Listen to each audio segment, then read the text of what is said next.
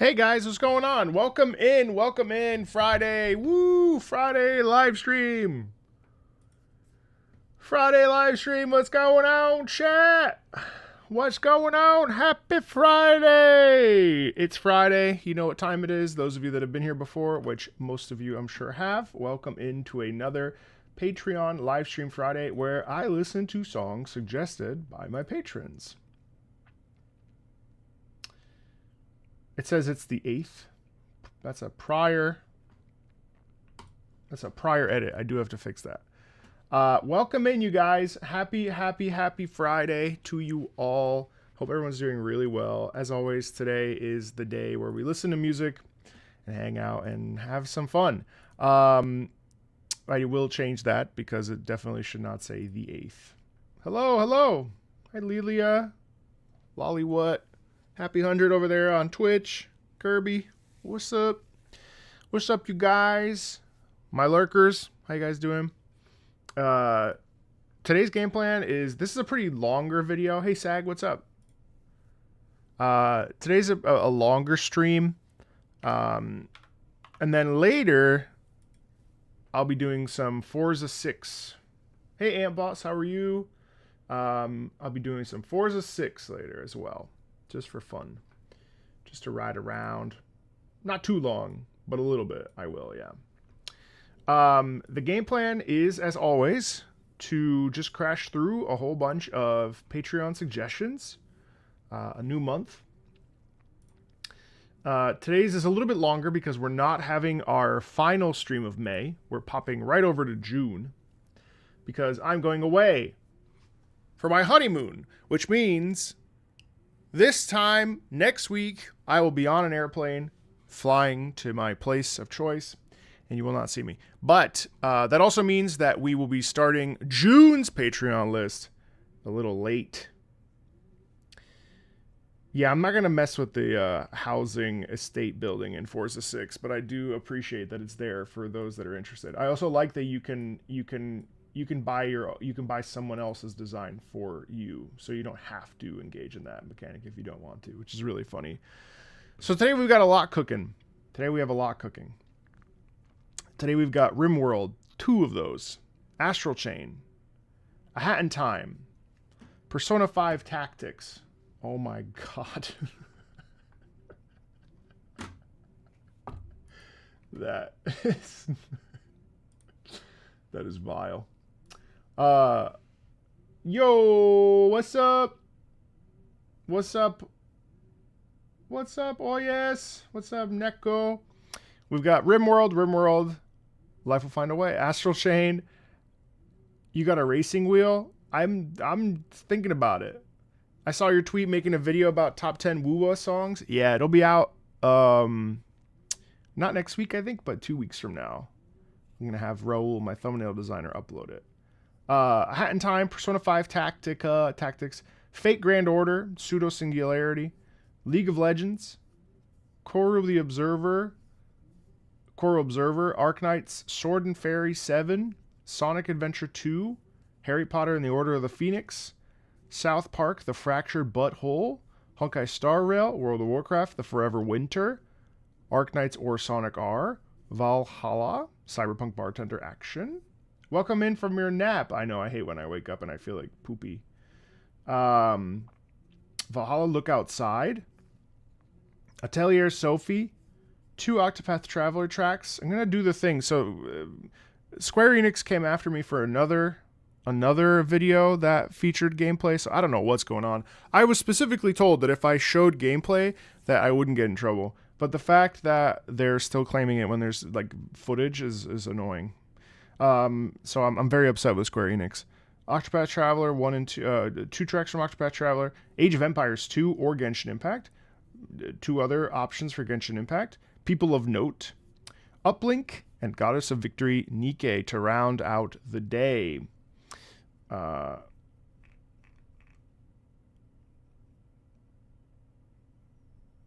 Marco, saw the Moon vid. It was recorded last week. It was recorded by the Song of Longing, Rain, and Moon. Well, I didn't know that existed, so that's why I didn't end up picking that one. Would have been better pick up Genshin because it played when on the actual moon. Oh, well, I didn't know. It's all right. It's all right. There's room for more Genshin. Don't worry. There's room for more Genshin. I honestly, I don't remember which one I even picked. Did I ever play Astral Chain? I did not. I did not. Have I seen the new trailer for Grand Blue Fantasy Relink? Oh, I have not. I'm going to watch it right now. And then we'll dive in. Let's actually, yeah, I want to watch that right now. I know, I really ought to play it. I'm trying to figure out what console I want to bring with me. I'll probably end up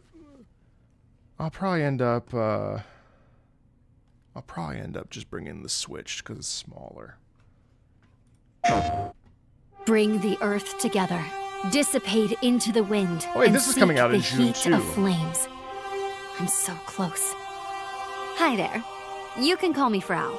Frau? You're so pretty. And I'm in love. Listen to that. World. It's a primal beast, and the first of its kind in a series of primals called the Arcarum.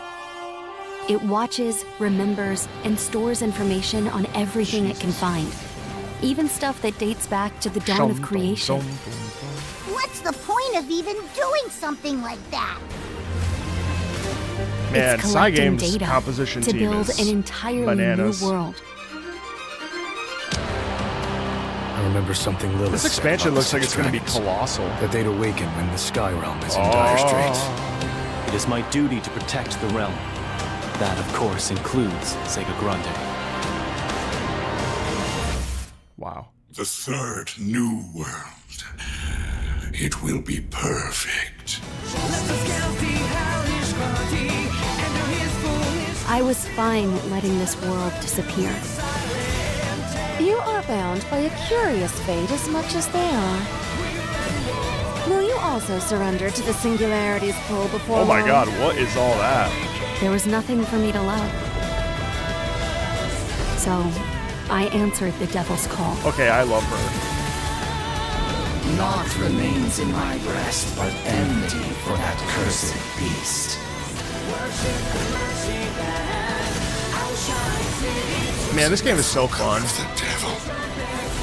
Why do you spurn the birth of the new world?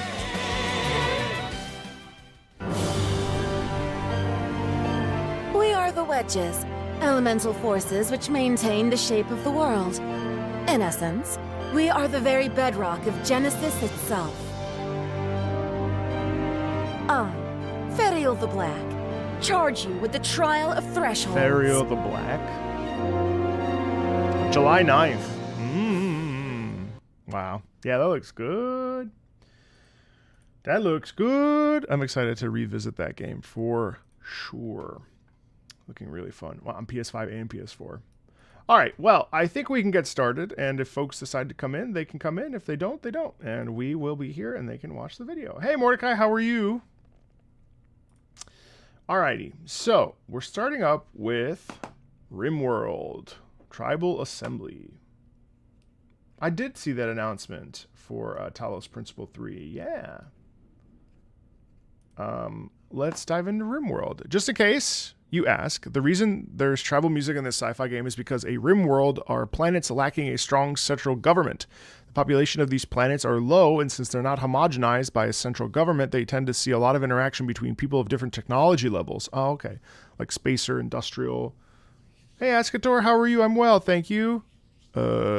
Spacer, industrial, and of course tribal. I hope you enjoy another track from the great Alistair Lindsay. Let's do it. Let us do it.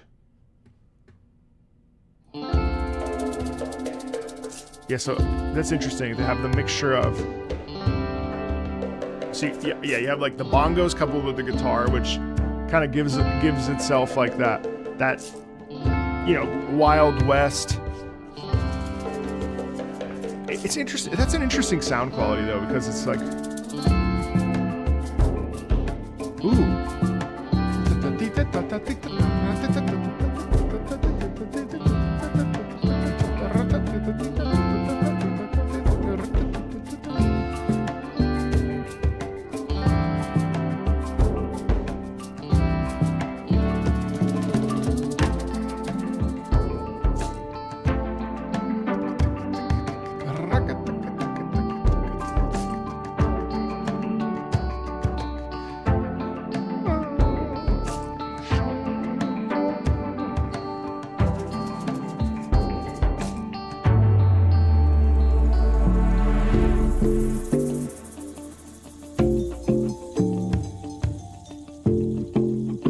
I also like how this is pulled back. It's kind of quiet.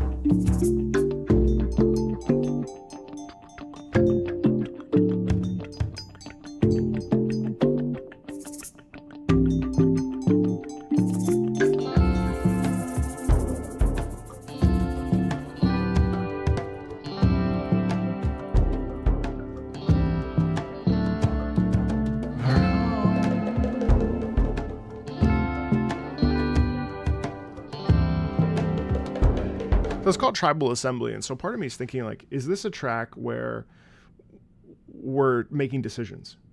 And so Tribal Assembly, we get the tribal quality with the, you know, with the instrument. And I kind of was thinking too, like, you know, the way that the sort of the skin on top of the drum is, if that's not one of the reasons why it has that particular sound, you know, because the way that the drum, the inside of the drum is hollow, and then over top you have the sort of the layer of the whatever the skin it is, so it has that quality. And I wonder if that's not what makes it, like, what does sounding tribal mean?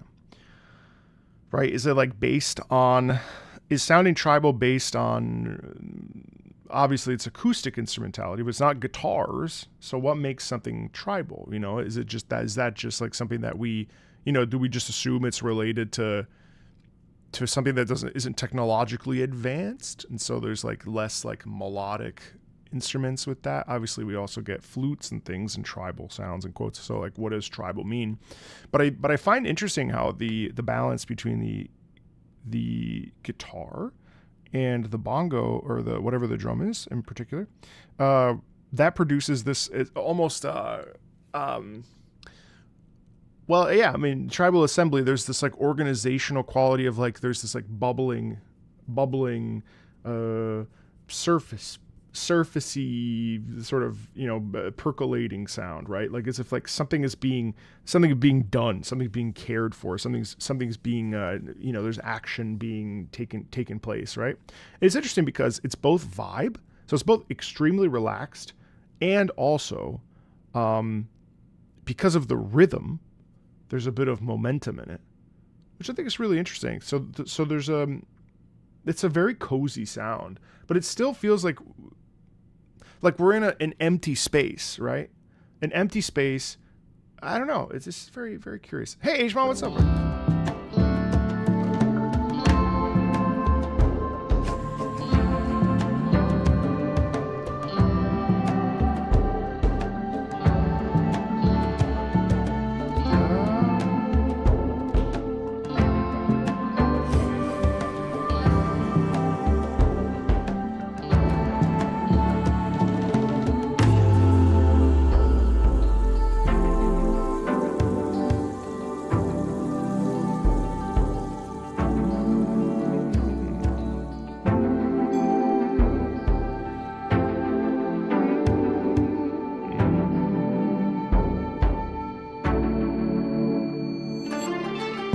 Oh shit.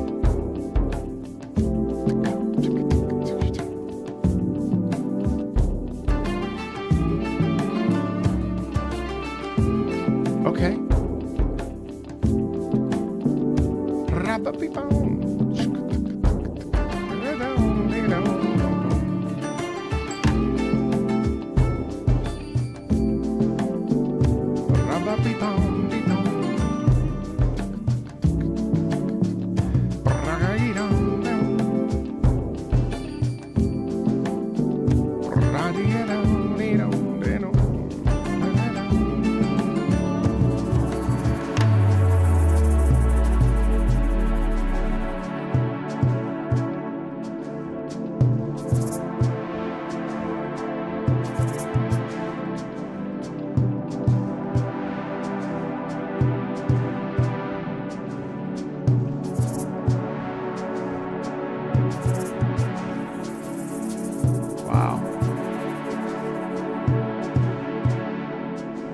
Hey, Gabe.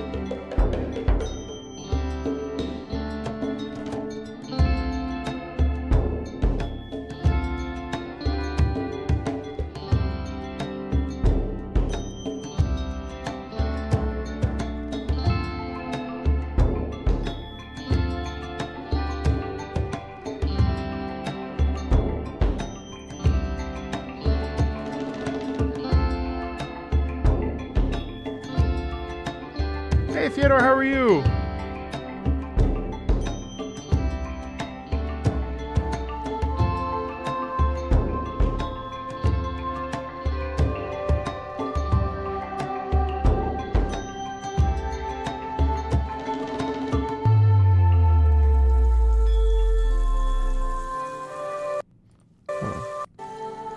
Good morning.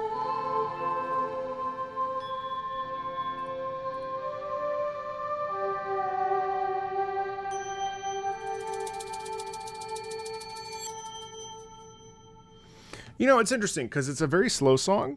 But to me, that's not a negative. I think for others, that might be like, well, I need something more excited. But in the context and state of RimWorld here, like this is actually a song of doing. Not everything needs to go like 0 to 60. And I think with our modern attention spans, I think that can be sort of unattractive. But listening to a piece like this, it feels very much like this is a piece of, hey, Shykeeper, what's up? To me, this is a piece of work, right? Of tending to things in a foreign landscape that is unknown, unclaimed. And so there's a confidence in the sound laden within it. There's obviously a synthetic spacey quality to it, especially in the middle section, of course, which I also think like eludes us and places us in the circumstances, right? And so there's, even though it is slow and methodical, that doesn't mean that it's not a song of doing. And I think it's gorgeous. Like, this is beautiful. And only in video games do you find something like this, where you can hear a track and the track is just, it's peaceful and also serves a purpose, right? And I really admire that about RimWorld soundtrack. And like, this is something I would happily put on in the car and just, jam to. Dank Horizon says atmospheric pieces deserve a place. 1000%. And I think like they are lost in the lexicon of time because they're not bangers per se. But that's a piece, I probably wouldn't play the whole thing for somebody, but that's a piece that I would absolutely share with a non-gamer to be like, hey, this is what happens when you're just like, kind of doing your thing, right? It's beautiful. And then I Like It Here, also from RimWorld. This is a personal favorite of mine. I forgot to mention that. The music in this game is reactive. Okay, so it's a dynamic. Okay, what's going on? So if you just had a really bad raid, the game will play a depressing track that can make your colony feel hopeless. Or if you got everything in order, food, happiness, housing, defense, the game will play a mellow track like Alpaca or another happy sounding track. People confuse this mechanic by thinking it's the AI storyteller, not that kind of AI controlling the music, but it's the game itself. Oh wow, that's interesting. All right, I Like It Here.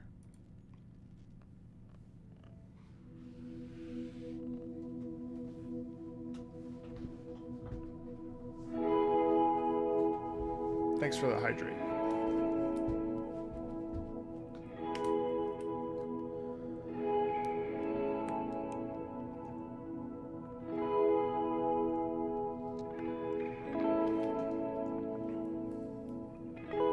I like, it's amazing to me how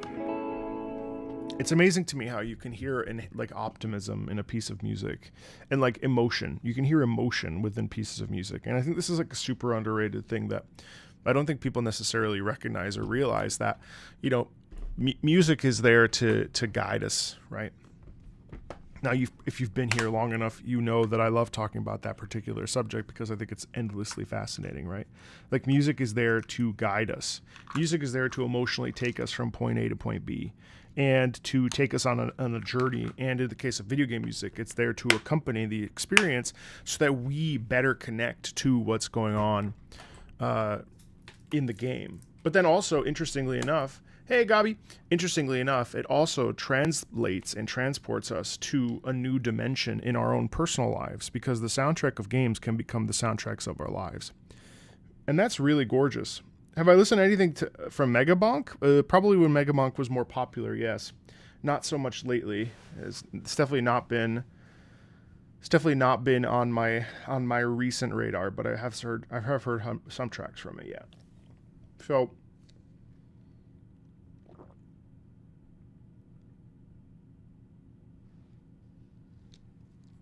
So it's a really amazing thing how essentially, this music takes us on a journey, and we immediately can feel, whether or not we know the words or have the words for it, we can immediately connect to an emotional state, and connecting to, you know, like there's something about chords, that certain chords represent certain feelings and so on and so forth. Hey, Justine? Yeah. Or Justin. So that was the first thing that I heard right away.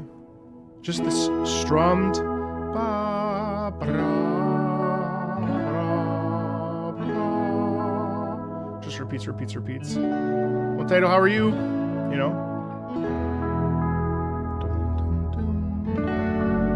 Hey, Typhel. Marcus, you just finished End of Evangelion? Oh, I just started the rebuilds on Patreon. And you get this really nice drone under here too.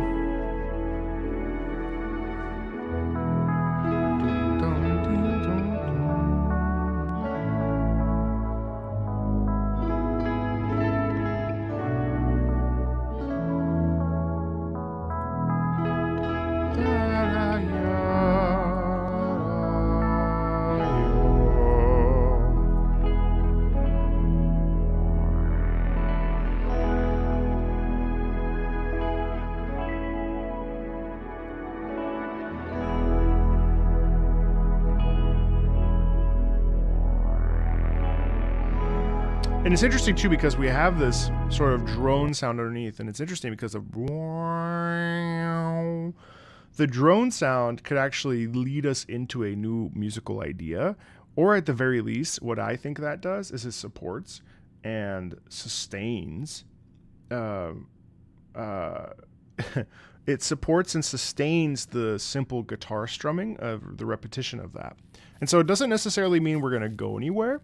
But it does mean that emphasizes that particular feeling, whatever that feeling may be. Are the feelings from chords universal or cultural? It's a great question, and I think probably cultural. But it's hard to say. It's hard to say because I don't know. I'm not, you know, does an Indian person in India feel the happy chords the same way I do as a person who, you know, a first generation American Italian, you know what I mean? Like what I don't know. And you know, does someone in the Muslim world connect to it as much as connect to it in the same way as someone in the Christian world, or, you know, like there, you know, does someone in Asia connect to the feeling of the music the same way in the West? I don't know. You know, I don't know.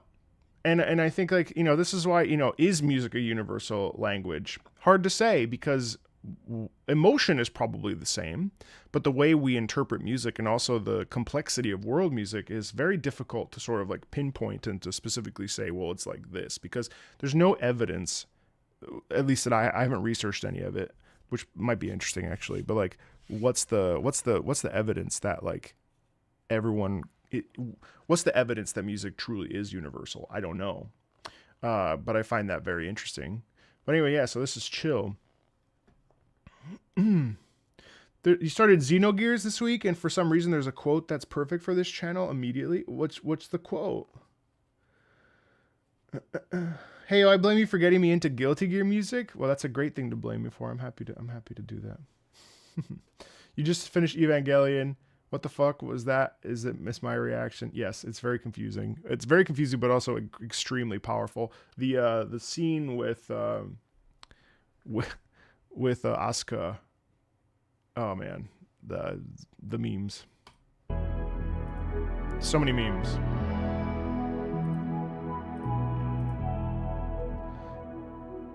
You see, you hear that?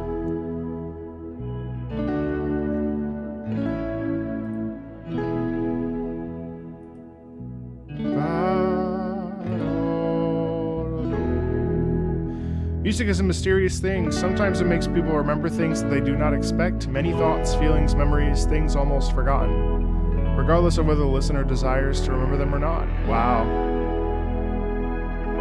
I just started the rebuild 1.11 yesterday. I'm gonna have it come out basically once per week here coming up.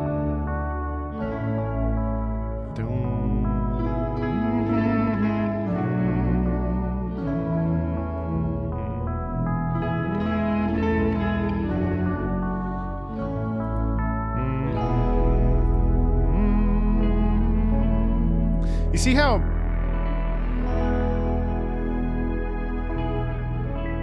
the Twitch title is wrong? Oh my god, sorry. I fixed it too. Yes, the Twitch title's wrong. We're listening to video game music today, and then playing Forza 6 later. I'm sorry about that. I thought I uploaded it, but I don't think I pushed save.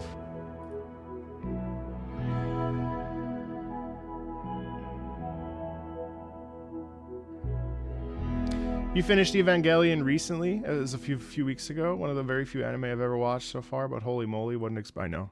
It's one of my favorites for a reason.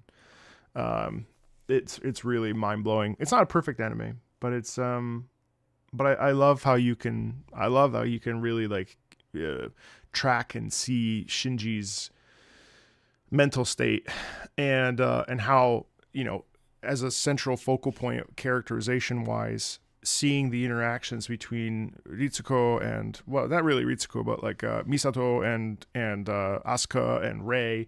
And if you rewatch, it's really interesting because you start to see some things you can start to understand Ayanami's characterization more once you finish the show. I actually really like the pace of Rebuild 1.11 because it condenses the first, I think it's 6 episodes.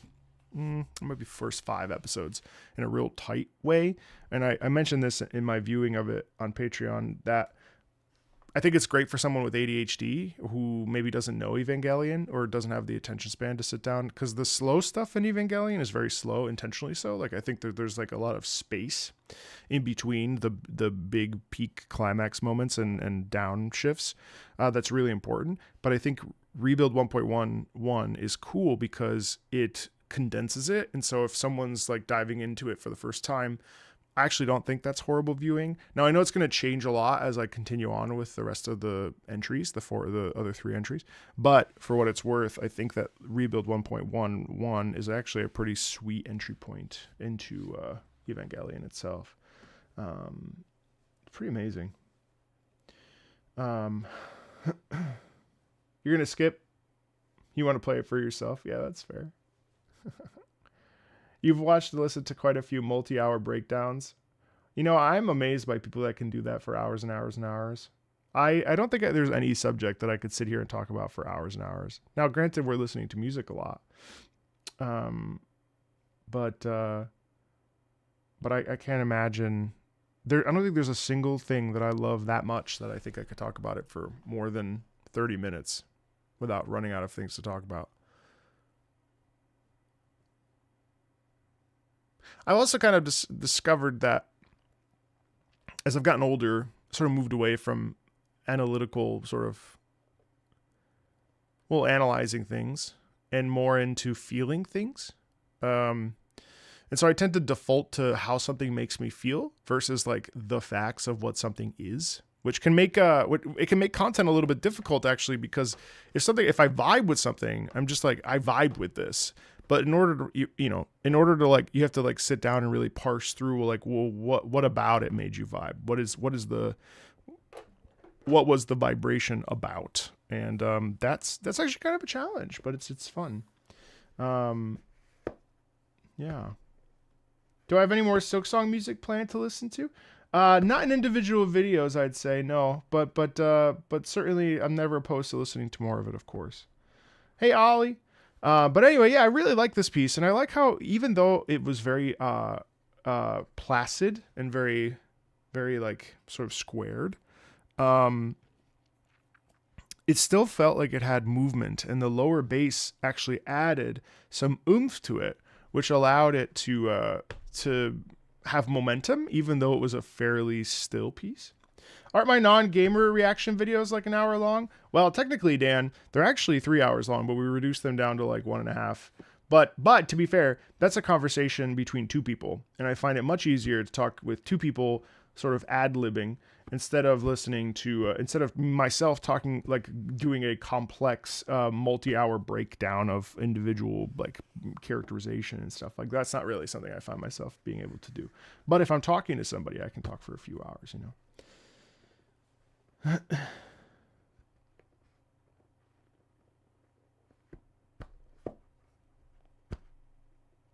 Yes, the characters are beautiful. Really beautiful. Yeah. All right, Astral Chain. This is Legion Assault. Someday we may be graced with an Astral Ascent sequel. Until that time, here's the battle theme that plays during the Proto-Legion battles and Legion capture battles.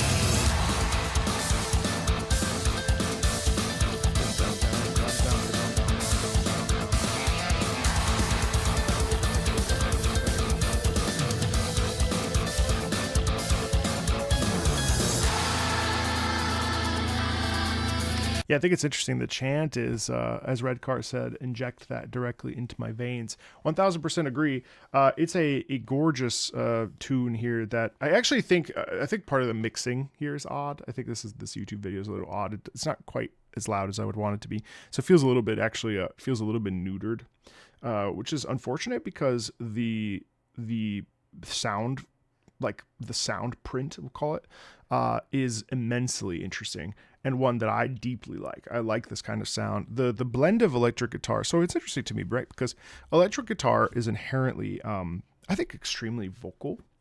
And also, too, electric guitar, where it sits in its position in the range, depending on where it is in its range, is spicy. And it sounds a lot like singing, or really more like sort of screamed shouting and you know, released, right? Which I really, really like. And it does remind me of that chant a lot. And it's really fun to listen to because there's also the double bass drum in there that's just kicking and sending off, which is really exciting. To me, this is like a do or die scenario, right? Because it's like you're fighting things that are twisted and unholy and kind of disturbing. And so musically, it feels like you're fighting devils, right? And so you know, it's the kind of thing where if you're going to go and fight a devil, you really need to be locked in and focused on your emotional state to be balanced. But there's obviously like this huge potential of death. And I think that's really cool, you know? Yeah, it's really neat. Matt Damon, have I looked into Dead as Disco? Yeah, no, I've been playing Dead as Disco. I basically finished everything I wanted to do, pretty much.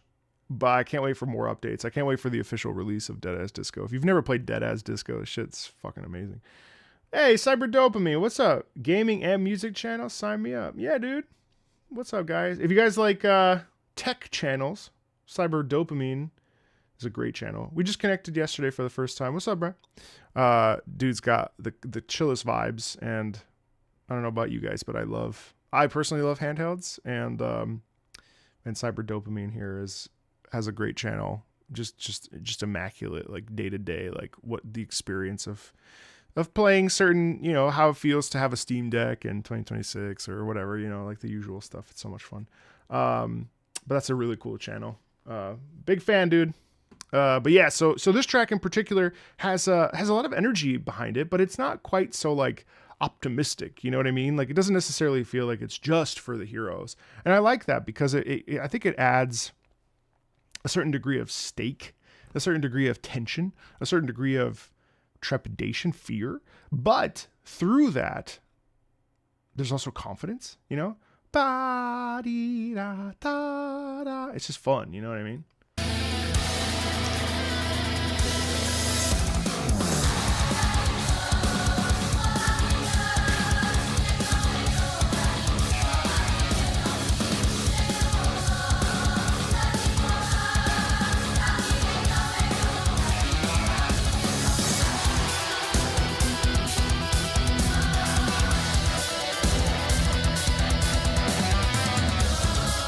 And this guitar riff especially is just so spicy. Desperation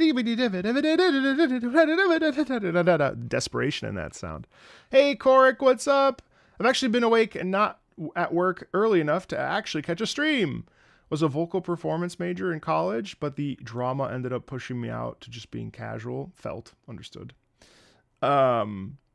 Your embracing of video game OSTs is so appreciated. Oh, thank you. And your coverage reminds me so much of the Great American Songbook, but for modern sentiments. Can you remind me about the Great American Songbook? I forget. I'm trying to think of the correlation because I can't fully remember what that is. But I appreciate the compliment very much. I've done a lot of soul searching over the last basically month about thinking about my place. And I think it's really important for everybody to like kind of figure out, what is my place in the world? And in the case of me, there's a tendency to be compared to other channels, of course. And, you know, there is enough slices to go around of all sorts of different kinds of pizza. I feel really connected to how music makes me feel and how I enjoy the feeling of music, right? There's a wonderful TED Talk called The Power of Classical Music, I believe, that really inspired me with Benjamin Zander. And it's actually the inspiration for my entire channel. The Great American Songbook is the great jazz regular songs. Oh, yes. Yes, that's right. The Transformative Power of Classical Music is a lovely, lovely, lovely TED Talk. I really recommend everyone check out this one right here. And basically, he plays through it, and it's really interesting. He plays through a Chopin Nocturne, and he says, okay, while I was playing that, I'm sure you were thinking about what you were eating for dinner next. Some of you were falling asleep, so on and so forth. And what's really interesting is that then he says, next time, listen to it and think about someone who has passed away. And I tell you, you feel the difference. And that's one of the really key things about music to me, is that when we allow ourselves to fully connect to it, and we, especially in video game music, we look at it for what it is. Yes, in context, but also yes, out of context. And we look at it and we think about it and we feel it. Chances are we will connect to it much, much harder when we reapply ourselves to the music.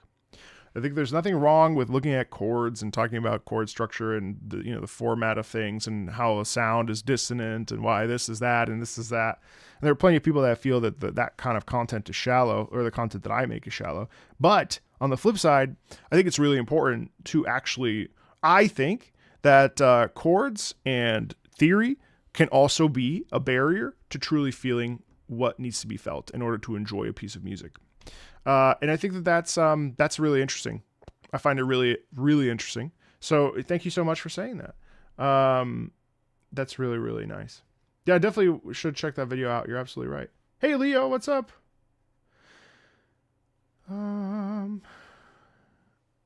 I've heard a bit of Near Reincarnation, but not too much time.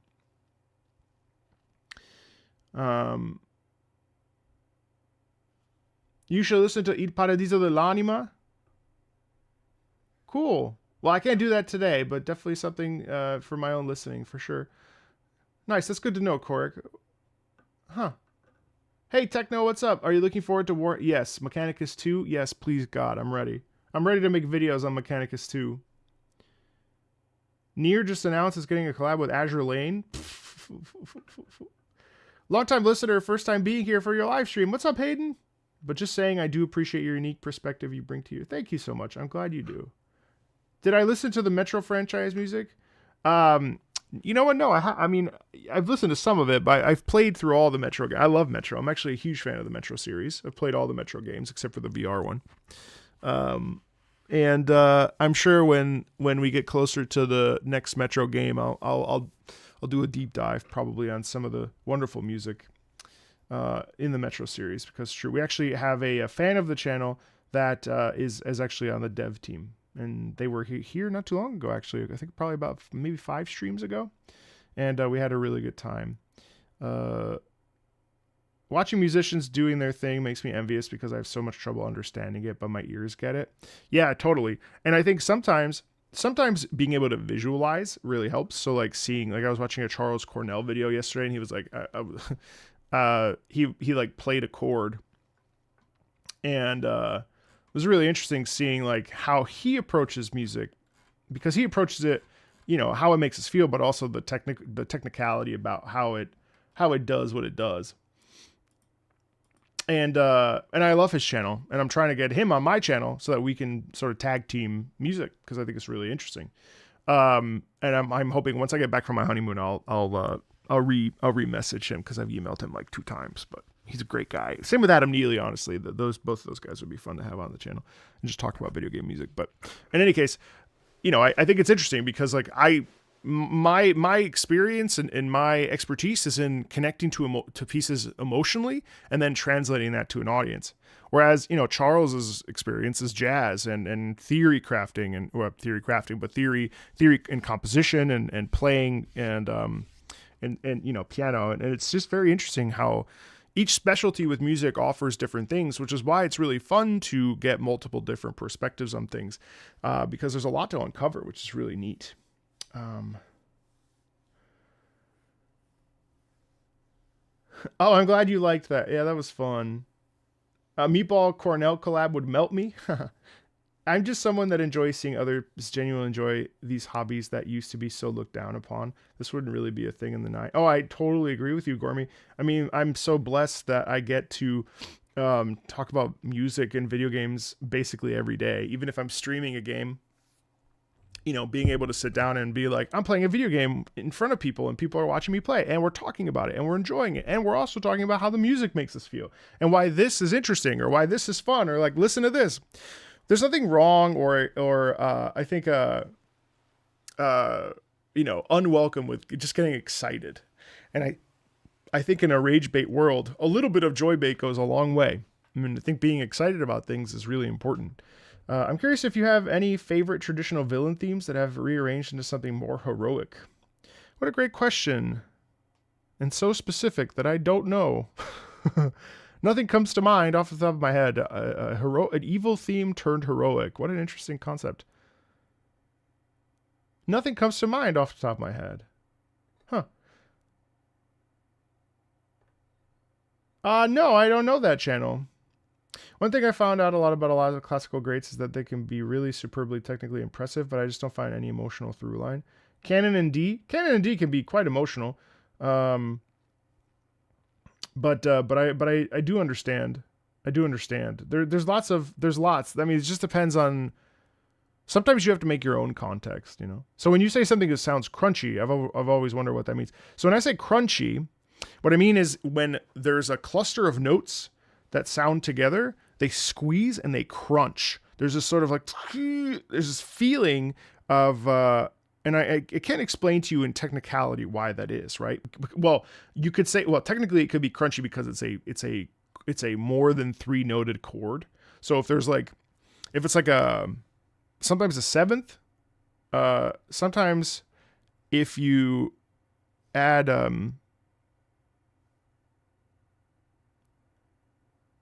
Oh, you know what? I don't know that Hooba Dooba Sonic the Hedgehog.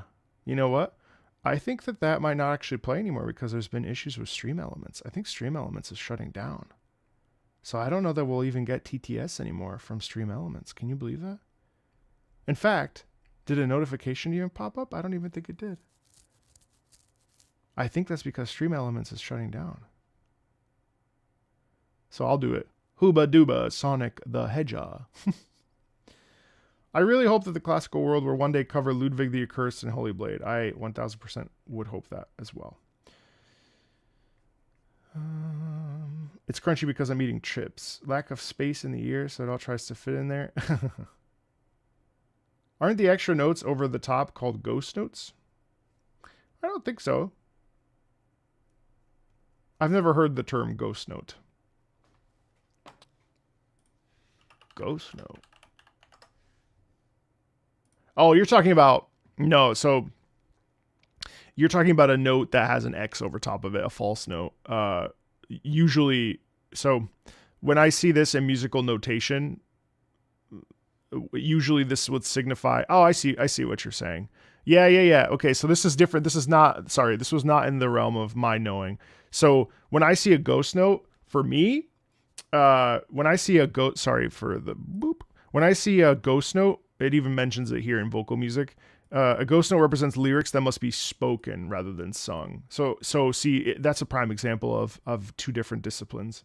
So I had no idea that a guitarist wishing to ghost a note can decrease the pressure of the fretting hand and exerting upon the string without removing the hand from the fretboard. This is sometimes called a scratch and is considered a ghost note unless it's unaccented. Okay. In drumming, a ghost note is played very low volume, so... Okay, I see. Whereas with vocal music, the ghost notes in the case of this, these are like intoned or like I didn't know, and then you would basically sing the pitch, or you would speak sing it. Basically, it would be like a Sprechstimme instance. But if there was text here, I would be sort of speak singing the text. Enjoy your work day. That's interesting. Sprechgesang, Sprechgesang or Sprechstimme is both. Sprechstimme is spoken word, whereas Sprechgesang is sung, spoken singing. Sprechstimme is the word I'm used to, but that's interesting. See, that's an example of multiple disciplines having multiple different perspectives on one specific thing. Okay. So we were still listening to Astral Chain.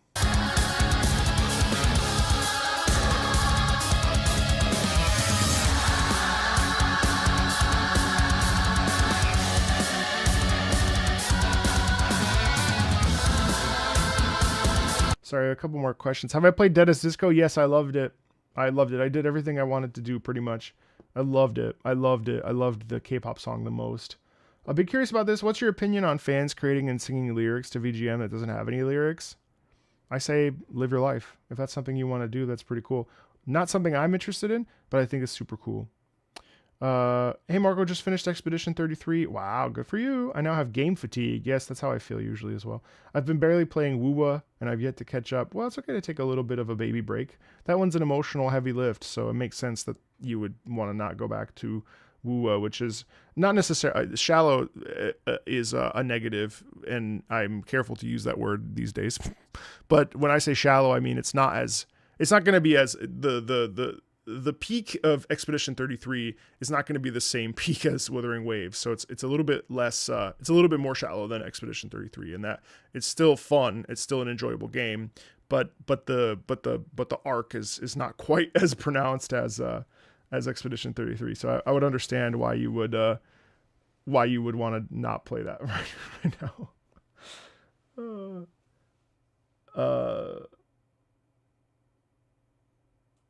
Oh, interesting. What do you think of System Shock? I've never listened to any of it. Canceled? I know, because I said shallow. I know. Just wondering if you're going to are you going to make your Wuwa song tier list? So it's not a tier list, but it is like 10 songs that I really like. And that video will come out in 2 weeks. Well, it'll come out right around the time of the next patch update, which I won't be here for. Techniques not seen as musical at first. Yeah, totally. That's interesting. Expedition 33 requires an Elden Ring. Yeah, it's time to go play Elden Ring.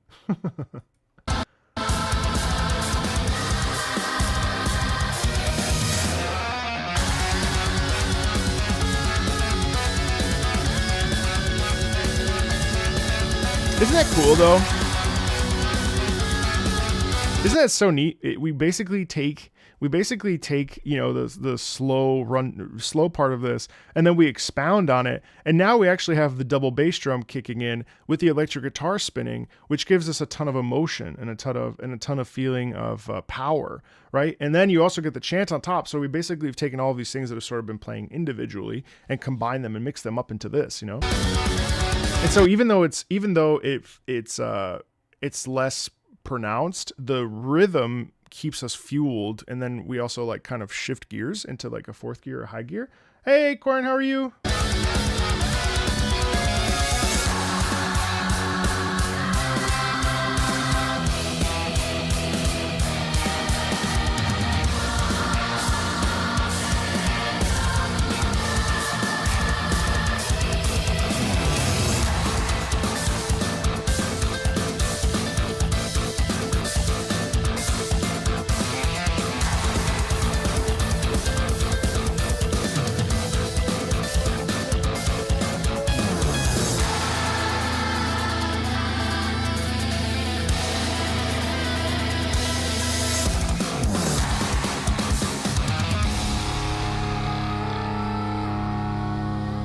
And then it's interesting to stop here and lean into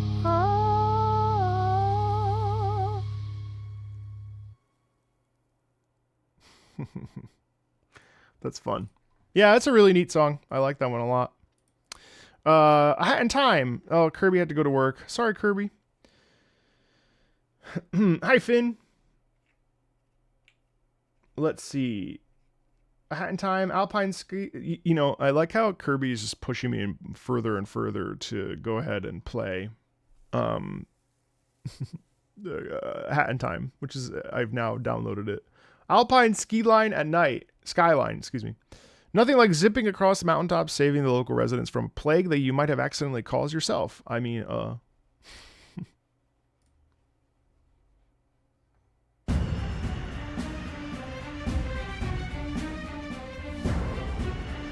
Okay, clearly things have gone awry.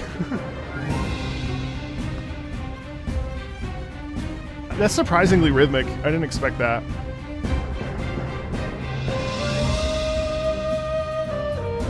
Oh, wow.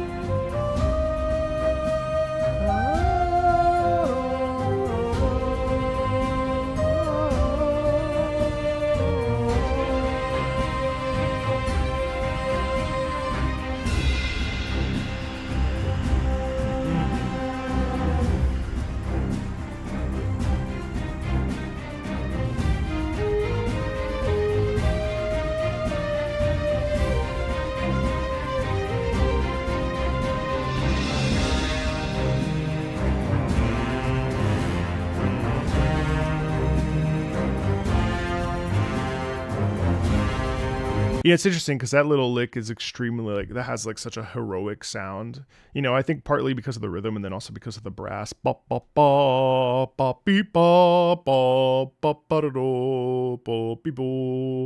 it's interesting because you also get that sort of Andes flute. Not the official name, obviously. But, you know, it feels very, there's actually like diving into action, even though it's kind of slow-ish in terms of its tempo. Hey Marco, am I gonna stay bald forever? Probably. I don't really foresee myself regrowing my hair. I do sometimes miss it, but I don't think enough to go back, because if I went back I would still have the sort of splotchy, you know, because I've still got receding hairline. I still have some splotchy areas where my hair is sort of not growing anymore for whatever reason. So I don't envision myself going back. Just because I kind of like I don't know. Sometimes I miss my old look because I feel like that's me, but this is also me, you know. And I don't know. I think I rock bald very much, and my beard is in a place where it's starting to really grow. It's kind of weird right now because there's a lot of grays, and the grays have a different texture than the black hairs, so it's doing some weird stuff. But you know, a big beard, and I haven't gone to the gym in the last couple weeks because I hurt my back, and I'm going on a trip, so I want to make sure that my back is okay before the trip. But once I get back, you know, my goal is to be pretty ripped in the next 2 years. So. You know, I've lost 10 pounds, so I did that part, and I need to lose like 30 more really. But I don't foresee. It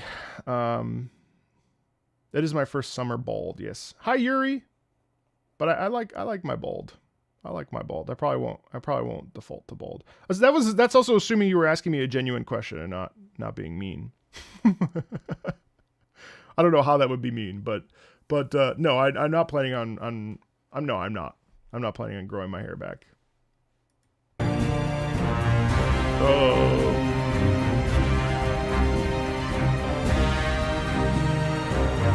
It's an interesting blend here.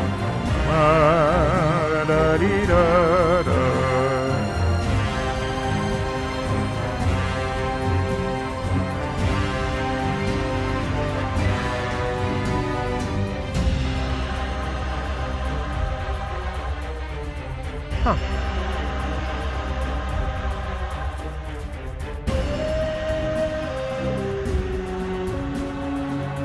So even right there, it's interesting because even this is actually like pretty terrifying when you really think about it. Like there's no optimism in this song at all. There is like some bits of heroicism, but in general,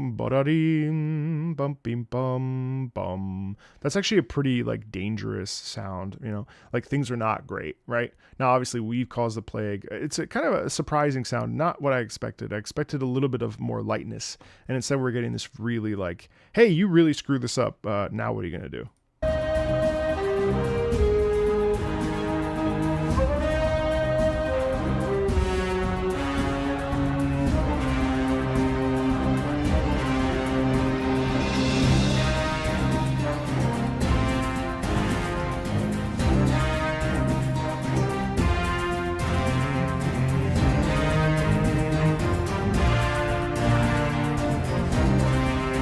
Zelda, yeah.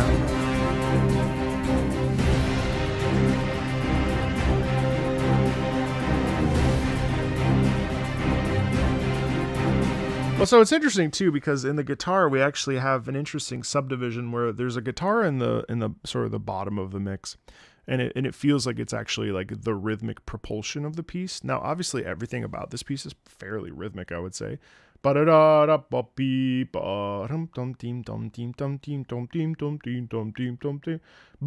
that being said, there's still this sound of momentum in it because of the guitar. If I just rewind a couple seconds, it's actually the most replayed part, but right here.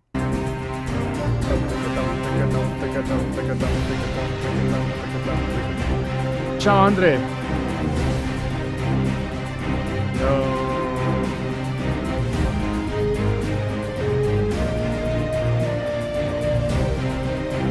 So it's cool because you have the momentum in the guitar, you have the sustain in the brass, and then now you have the sort of Andes flute, whatever the official flute name of that flute, the pan flute, I don't know what kind of flute it is. The flute is now taking over the melody on the top and is guiding us on that emotional journey, right?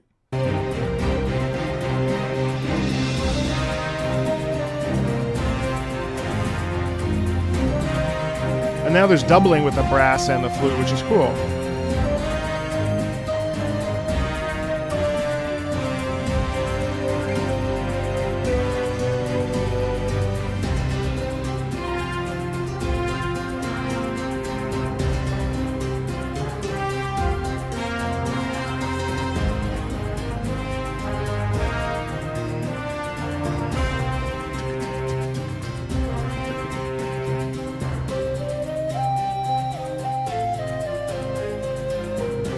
But see how that's different? You hear how that's just different? And maybe this is obvious to you, but like, don't you hear how that's different?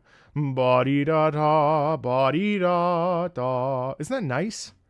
Like, to me, that's like, okay, I can do this. You know what I mean? We've had it kind of ploddy and rhythmic and a bit slow, but like having that little corner in, I mean, you tell me, chat, but to me, this sounds more like, well, and I wonder what that sound is. Like, is that sound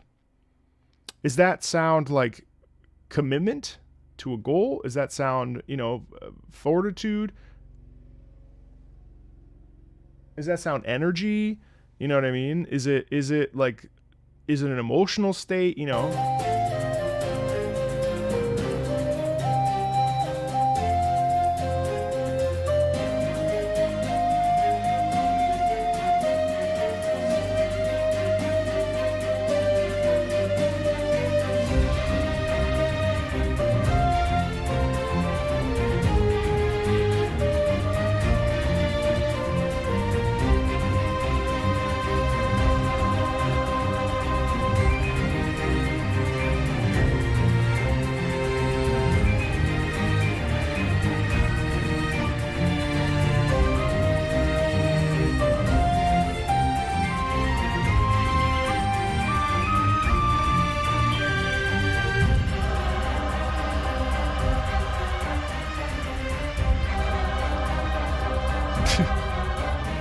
So that's also a different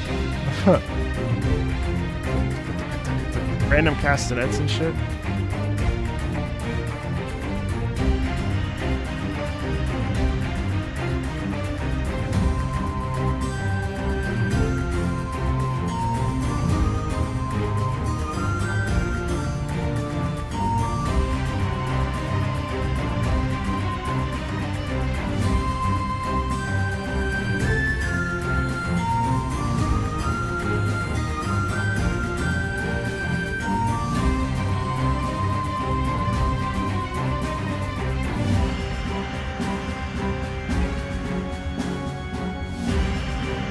Hi, Siren. Hi, Mo.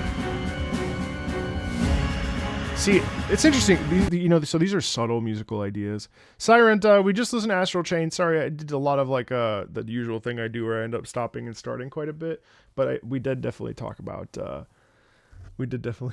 song intermittently between tangents. So as you know how it goes. Really good track though. So it's interesting how here we have actually a different shift and it moves into that more heroic quality, but there's really that call and response where it's like oscillating between danger and resolution and, in the face of adversity, standing strong and saying like, no, I'm not. And then the danger's like, yes, you will, bitch. You know what I mean? You know what I mean?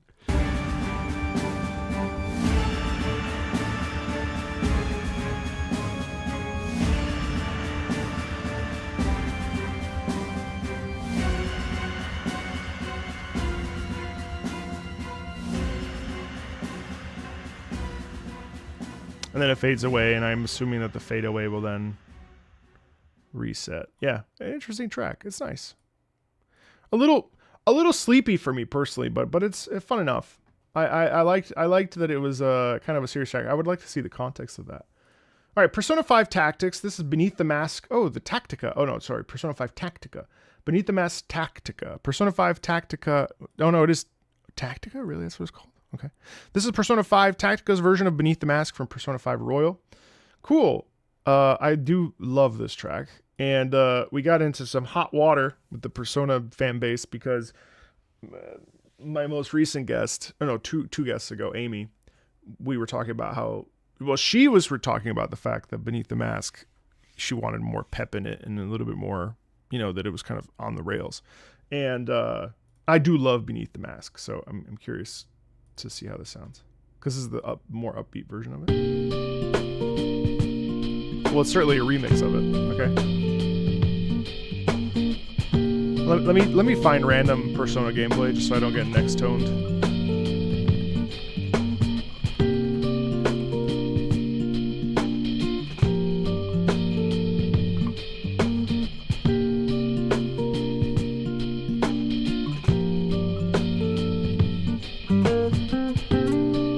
Oh, it's not vocal.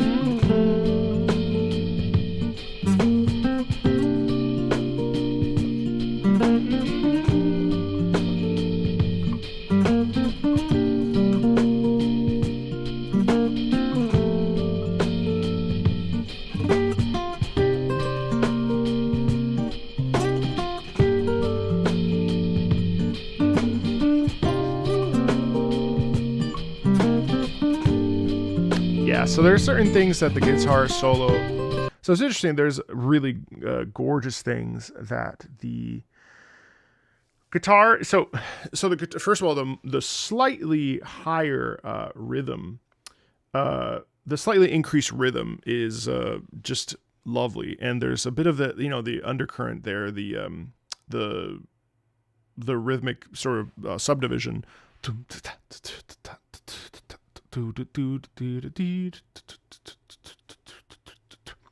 Works really well.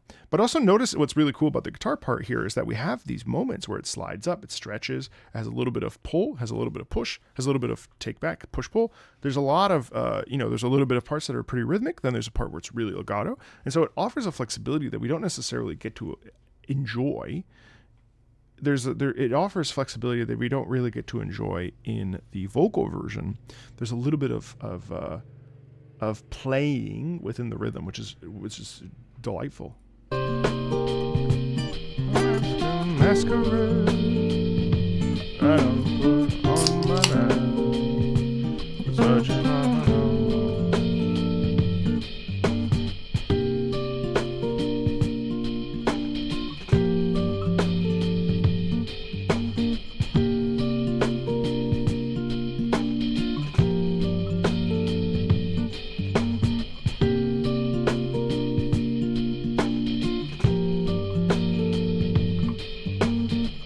But somehow it's also more chill than it's both.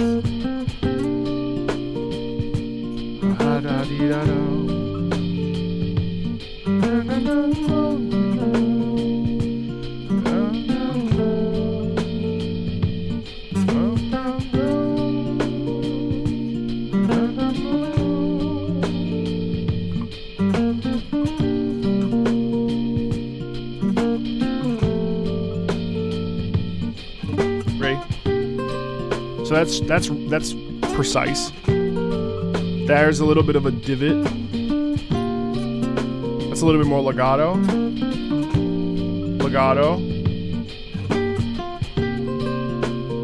Rhythmic.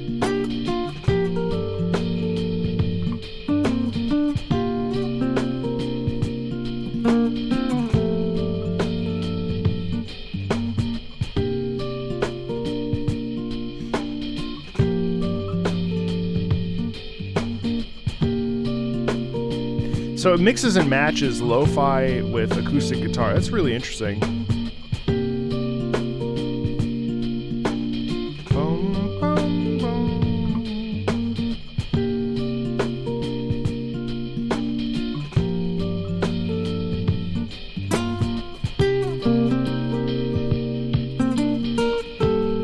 So this is rhythmic, but the way that we the guitar string works, I think, makes it also get legato, and so it has to be less precise because there's no lyrics.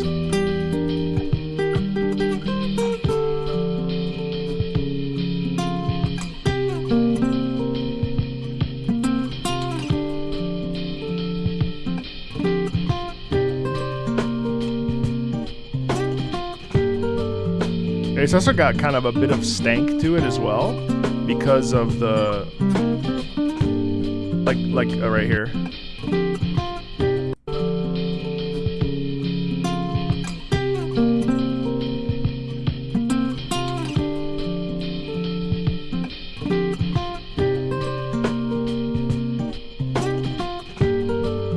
That's an amazing version. Are you kidding? That's divine. And again, I guess today's the day of like sort of chill, slow music, but I love that.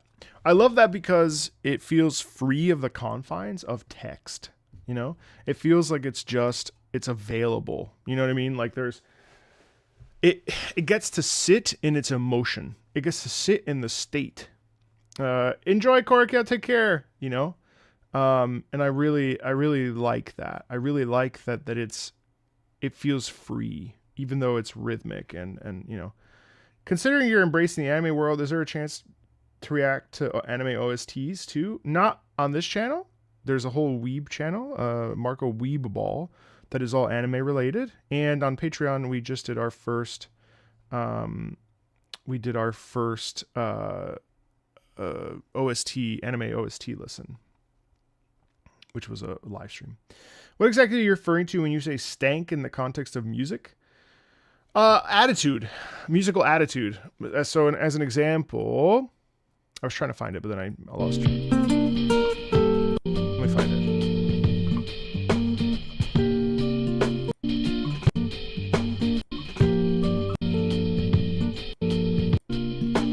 Wow. All right, Ryan.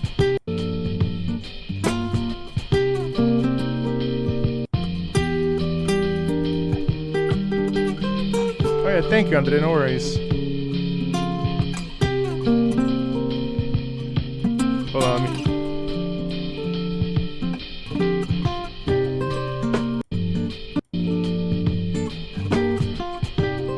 damn, I can't find it. It's gonna bother me.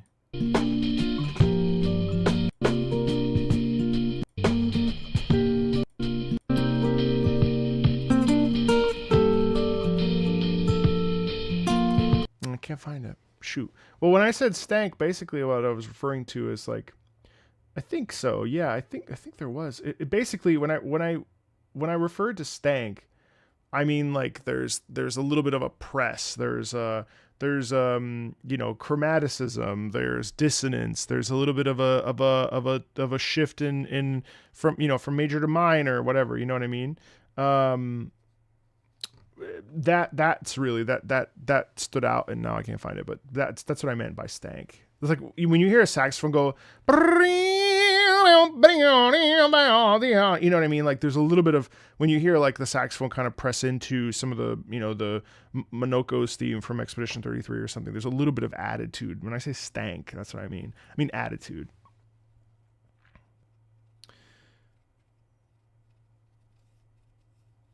The lick going up, ba da ba da da da da ya da da.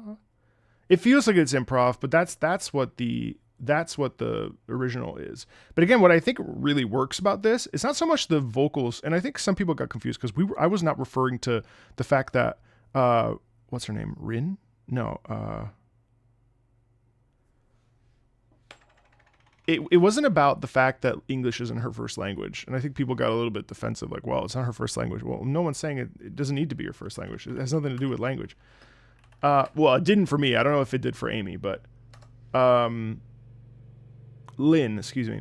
To me, it's just that because of the rhythmic momentum in that piece, there was no way for there to be any luxury within the piece.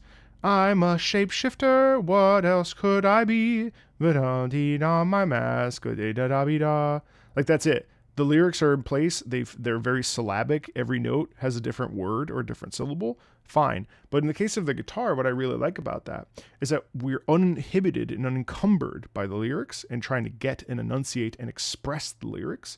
And so what we're able to do is we're able to lean into the more the musicality of the piece. And that's why I think Beneath the Mask is so good, because it's very musical. And it's dialed back, but it's also like kind of got some really nice momentum in it.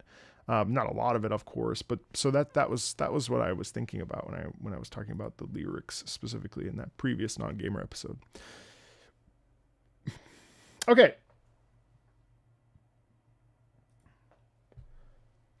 Unalloyed Blade Works, Fake Grand Order, Pseudo Singularity 3, Stage of Carnage, Shimosa. Theme of Shenji Muramasa and Fake Grand Order, a distinctly Japanese-sounding rendition of the classic Emiya piece, When All Hope Seems Lost for the Good Guys.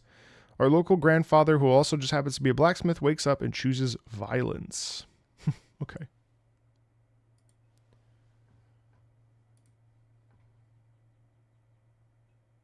Oh, hold on, it's muted.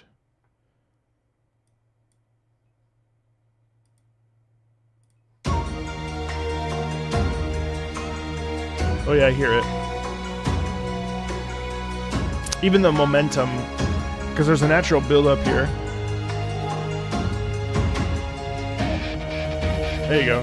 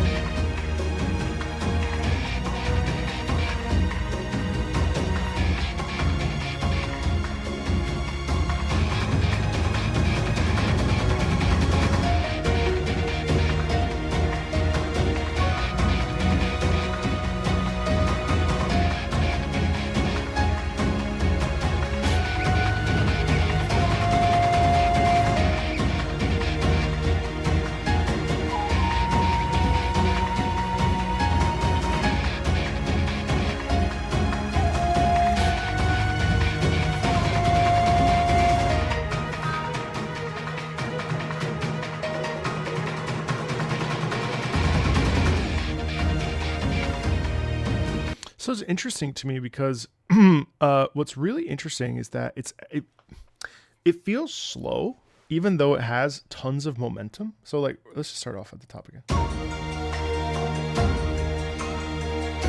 So you have like strong beats, taka tika tika tika taka tika tika tika do do ti, right? That's cool. Then you have the ba da dee da dee da da da da da dee da dee da dee da. But the reason why it's slow, I think, is because da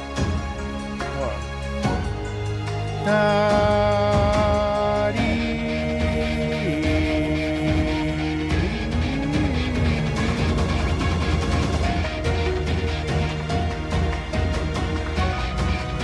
Yeah, so you have the string. That's what it is. It's strings. So the strings are sustaining over a long period of time. You have all this stuff happening. But then you have the strings going. Ba, ba, ba, ba. And then in between that, you know, that's the foundation of it, which I think is partly why there's a slowness in it. But then it's interesting because really what this piece is, yes, and I agree, there's a moment of awakening, an aura farm moment. Yeah, I would agree. And what I think occurs here is we have this emotional shift where it's finally time to stand our ground, right? And so we square up and we look our opponent in the face and we say, what are you going to do about it, bitch? You know what I mean? We have this moment where it's like, okay, well, what now? You're not going to do this, right? And so that shifts the focus. And so what's cool is that in that moment we square up and the strings are actually the inner stillness of the character to say, you know what, I'm done playing this game with you. It's time to throw hands. And then the percussion then says, you know what? Yeah, I agree. And then the, you know, whatever the other instruments are on top, that's or maybe the shamisen or no, not the shamisen. It's the I don't remember. But all of that is also just accompanying it, saying like, you know what, this is the truth. This is the moment that I've been waiting for. You're not going to get away with this. And then I'm standing my ground. And what's cool is that the strings being kind of slow and very, you know, just kind of hovering essentially, that draws us in to the stillness that this character feels, where nothing will stop them. You know what I mean? Even though there's all this other stuff, which is like how cool they are and how powerful they are, and like it's a really like nice sort of moment of standing and choosing your, you know, your path forward.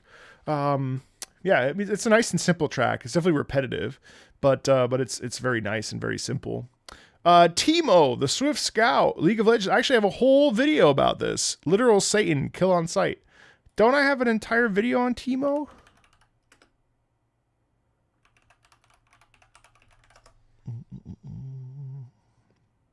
I thought I did. I miss doing my League videos. Well, let's see if this one gets copyright claimed.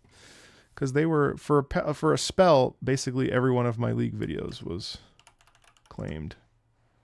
Which was very annoying. Teemo. Oh no, I've never done Teemo. Teemo. Alright.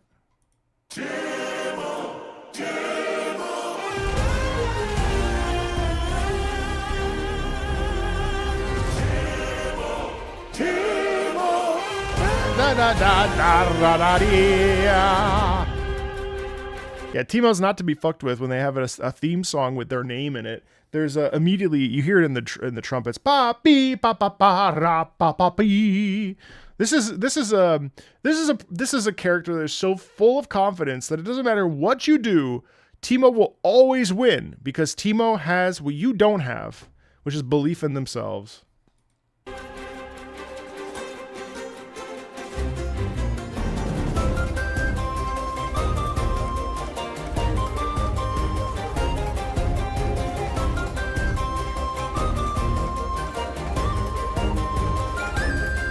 Also, it's interesting because Teemo also has vibrancy. Teemo has life. Teemo has like a positive attitude.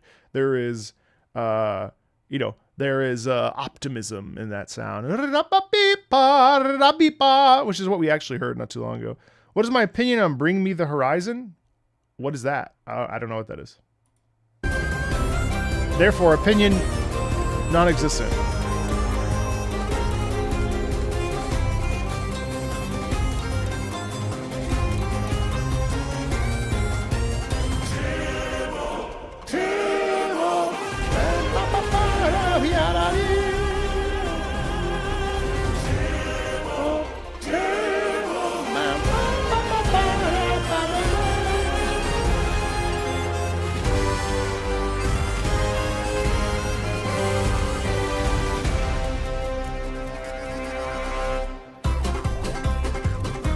What the fuck?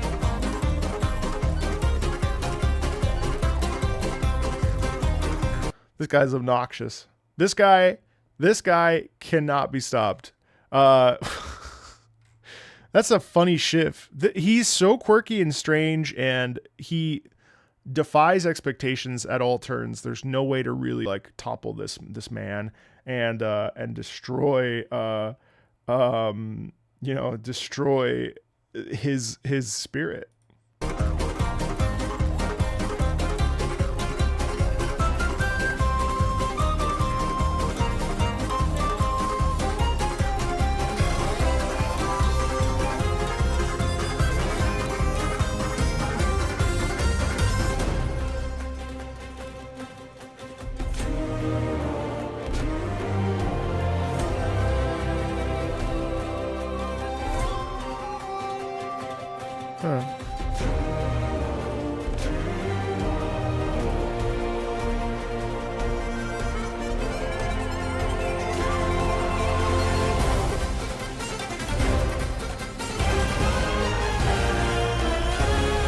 In some ways, Timo feels like a world traveler, where like there's nowhere that Timo hasn't been or wants to be. Like he's not the superhero we wanted, but it's the superhero we needed. This has charm out the ass. Like there's so much a feeling of optimism and grace under fire, and like basically everything rolls off his back. He doesn't care about anything. You know what I mean? Everything is good. The juxtaposition between the banjo and sort of like, I would say like Australian outback cowboy sound mixed with the heroicism and massiveness of the orchestral writing is funny, because that's not a juxtaposition that you typically hear, or not a pairing that you typically hear. And in juxtaposition, I think that showcases how larger than life this sound is, you know?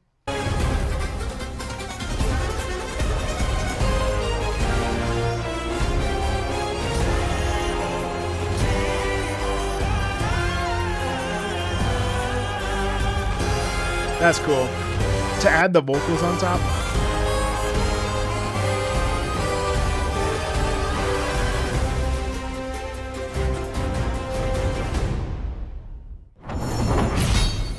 That's fun. I think that's really charming. Are you kidding? It's short and sweet, really, and I like that because it doesn't need more than that. You know what I mean? It tells you exactly what it is right on the tin. It lays it out, and that's that. It's very, very, very enjoyable. Core Observer, Unyielding, featuring Psycho 2. So I was unfortunately hit with a copyright claim for Core Observer, which I did not expect, on the video with my most recent on-gamer video with Scott. But that's okay.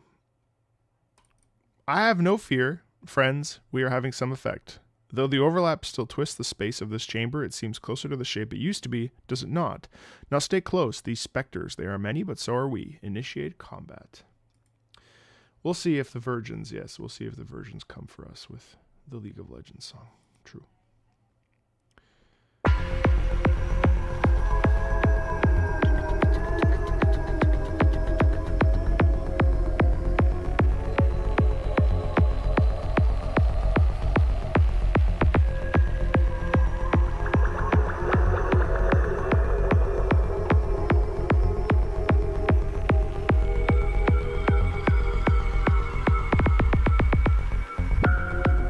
I love this percussion, so it's so pronounced. Oh!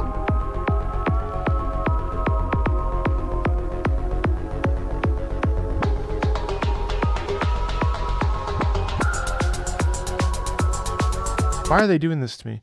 They're taking the tone and they're like raising and lowering it and bending the pitch, which is like, bro, please don't do that.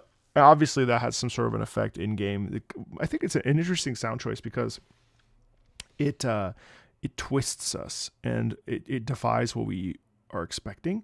So it makes us feel on edge. It's really, really interesting tactic to do that. But also the beat is satisfying.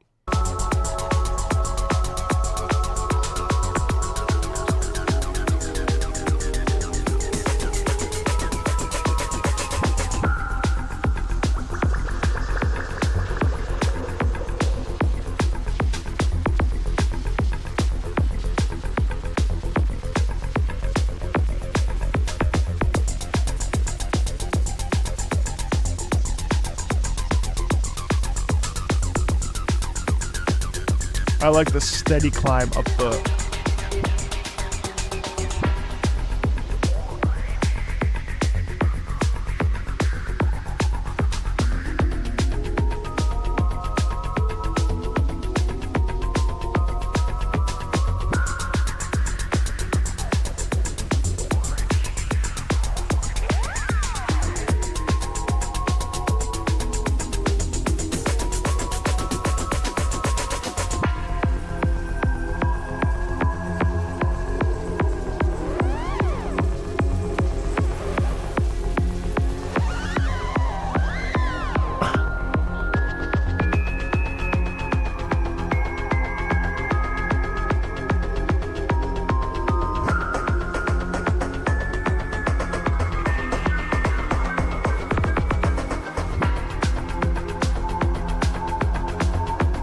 That is funky.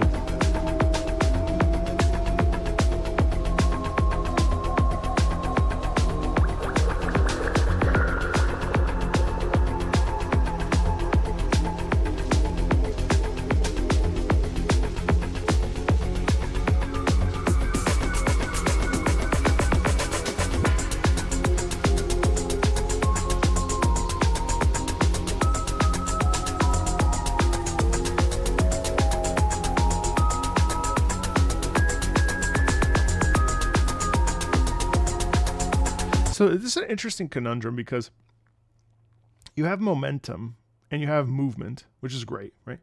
But because of the constant sort of shifting of the like over the top part, there's no coherent melody, which is fascinating because that's not normal.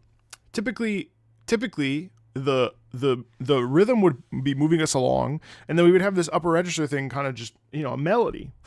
But in the case of this, we have just momentum, and it's just momentum. Well, the track is called Unyielding, so I suppose that makes sense. But so it's just constantly moving without any sort of like ending in sight, and it feels at the same time pretty stagnant, even though rhythmically it's moving, which I find kind of curious, and I think partially because it's really great, put it on and do something else music, to be honest. But it's interesting how it does sort of, it perks your ear up a little bit, makes you listen.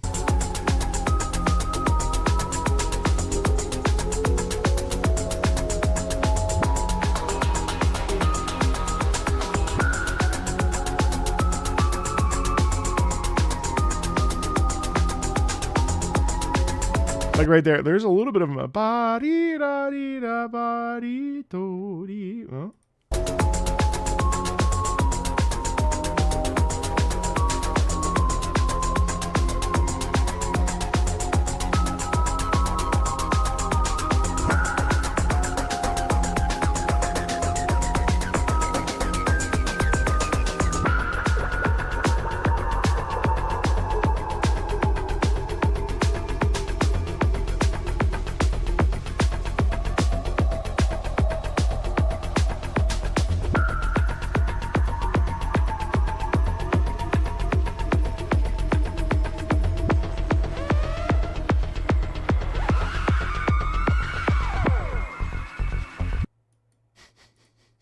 Crazy ass piece, dude.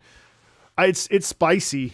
It's spicy in that like it just, I don't even know what the fuck to say about that song. That song moves us. We go. There's no catharsis though. It's just like a state. Arknights. In due time. I normally don't do outside of game tracks, but this one really hit me, and I don't think it's likely to get highlighted by other people. All right, let's listen.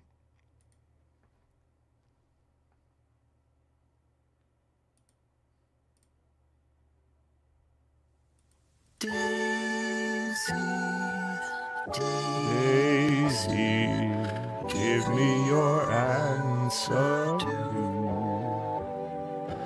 I'm half crazy, all for the love of you. Okay. I, Trevor Friston, having survived the near annihilation of the entire sentient race, do find that simple solutions are often the best. Complex technology, simple solutions. I willingly do hereby commit myself to this AI form. It's the only thing I can do to preserve them. In due time, as the world melts, I freeze. When the lights are out, will you remember me? Trevor Preston, that's still me, I think. I truly hope they hear this. The signals, countless millennia. The signals. Is there anyone out there? Is anyone listening? The barrier must be restored, but I'm losing track of time. Preparing to send signal in 5, 4, 3. In due time, as the world melts, I freeze. When the lights are out, will you remember me? Hall of Stasis. She's always been here with me, a part of my programming. My dear, sweet daughter. What is the cost of stasis? Are the hopes and dreams I once had for you still a part of the fabric of this world? And now with you, Kristen, most determined and ambitious in nature, have earned the key to my endless knowledge of the observable universe. Amidst days of shared experience and postulation, it is of my utmost certain belief that you are the new generation. Humanity's mission is part of the fabric of my research, and it falls on me, on pen and paper.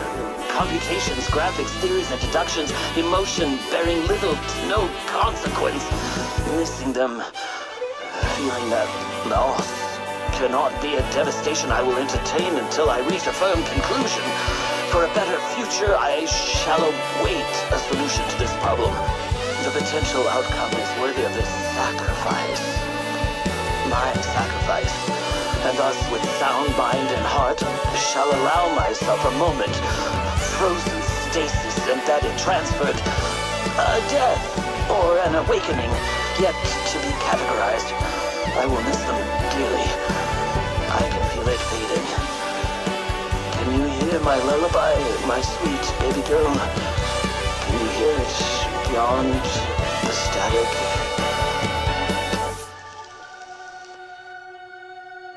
As the world melts, I reach out, and stasis thus becomes temporary. I can tuck away the hurt in due time. In due time. When the lights are out, will you remember me?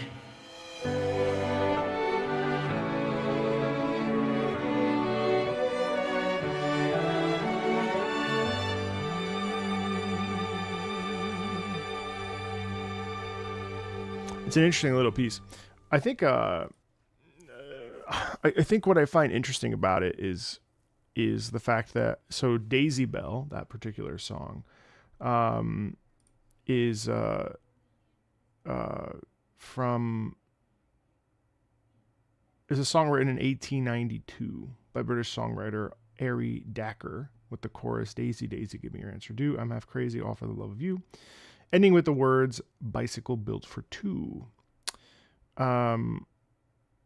It's interesting. It's also the earliest song using computer speech synthesis by the IBM 7090 in 1961. And it's definitely weird, right? Like, it's weird in this particular context. And even just hearing the computerized programming, because it was programmed, the IBM 7090 was programmed to sing it. The earliest demonstration of computer speech synthesis. And apparently this recording has been included in the United States National Recording Registry.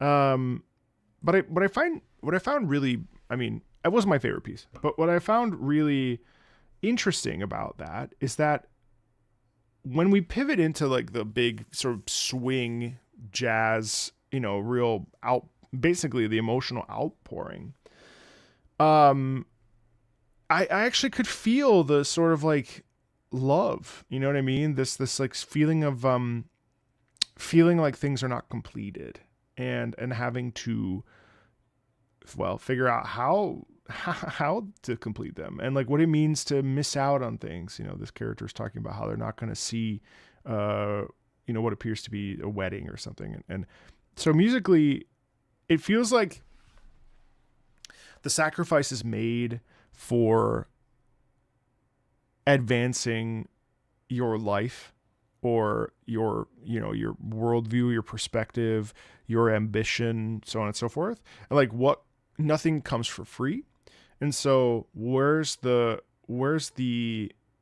line, and what are you willing to sacrifice? And in the case of this particular character, it seems to me like they sacrificed a whole lot to do what they set out to do, for better or for worse, right? So it's interesting because it's kind of melancholic, even though like there's this big climactic pulsation up at the very top, and there's a sense of like, arrival and so on and so forth. I thought that was really beautiful. Hi, bird. Really beautiful. So, Sword and Fairy 7, Dreamlike World. All right, let's do it. No comments. Oh no, yeah, no details, but that's all right. Dreamlike World from Sword and Fairy 7. Subnautica 2 just released. Yes, I saw that. I picked it up. I think I'm gonna try it out later tonight with one of the mods with Lenny.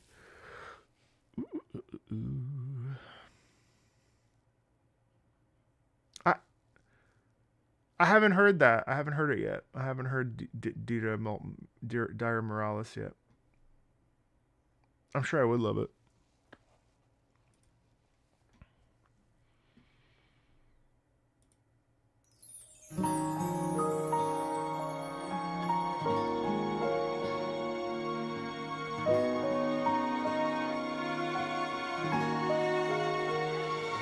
Yeah, Korik, yep. For today, yes.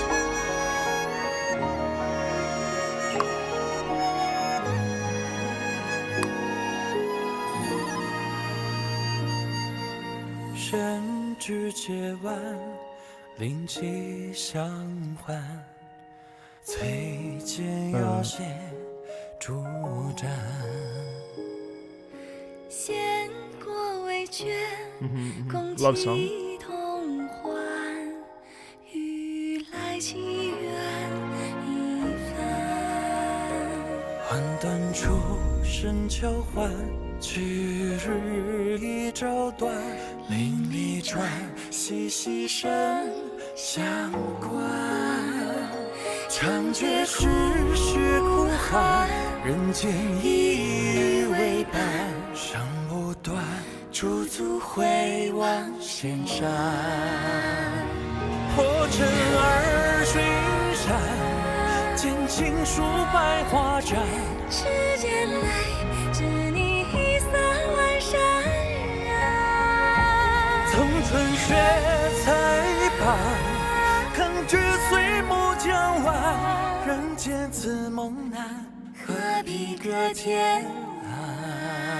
Yeah, so obviously a love song or a dance between two characters musically. And one of the more interesting things to me is really about the Chinese sung language more so than the spoken language. Like the fact that all cultures in one way or another invoke singing is really interesting, because when you listen to this, obviously I don't have the lyrics in front of me, I don't have the words in front of me, so I'm just going off of how it feels, right? Based on the male vocal and the female vocal. Female is obviously younger than the male vocal because the female vocal has a little bit more air. And so it has a little bit of that sort of innocence, percolation sound in it, which is really lovely. And then you also have this basically the structure of the piece as it starts really, beautifully. I don't know what instrument, the string instrument. It's not an erhu, I don't think. But anyway, all that to say, like, it starts kind of like, they're looking at each other, reflecting on life, and like, oh, we're so glad we found each other, so on and so forth. And then they start talking to each other, and how each other makes the other feel, right? So there's that journey, and then they come together. And then, actually, I think in this particular case, it sounds like the male has the higher harmony. Hold on a second.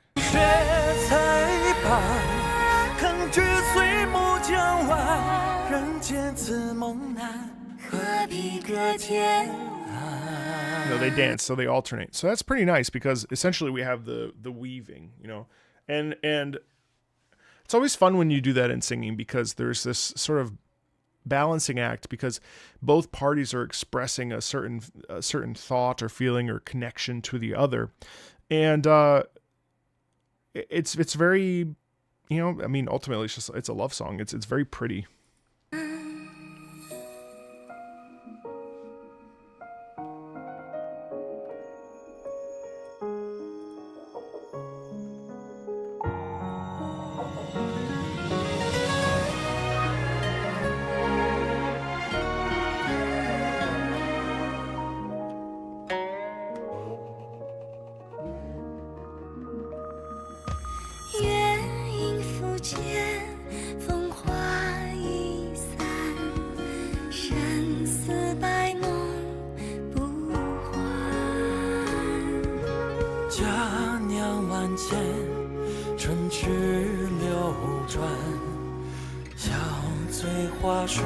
So to me, this is all like profession of love, and I like how here it's really pulled back, very quiet, very like, hey, like without you, where would I be? Blah blah blah blah. And it's also interesting because you get that upper harmony with especially where I stopped. There's this really nice upper harmony, which is very pretty. Ultimately, it's just a very pretty song, like I said earlier.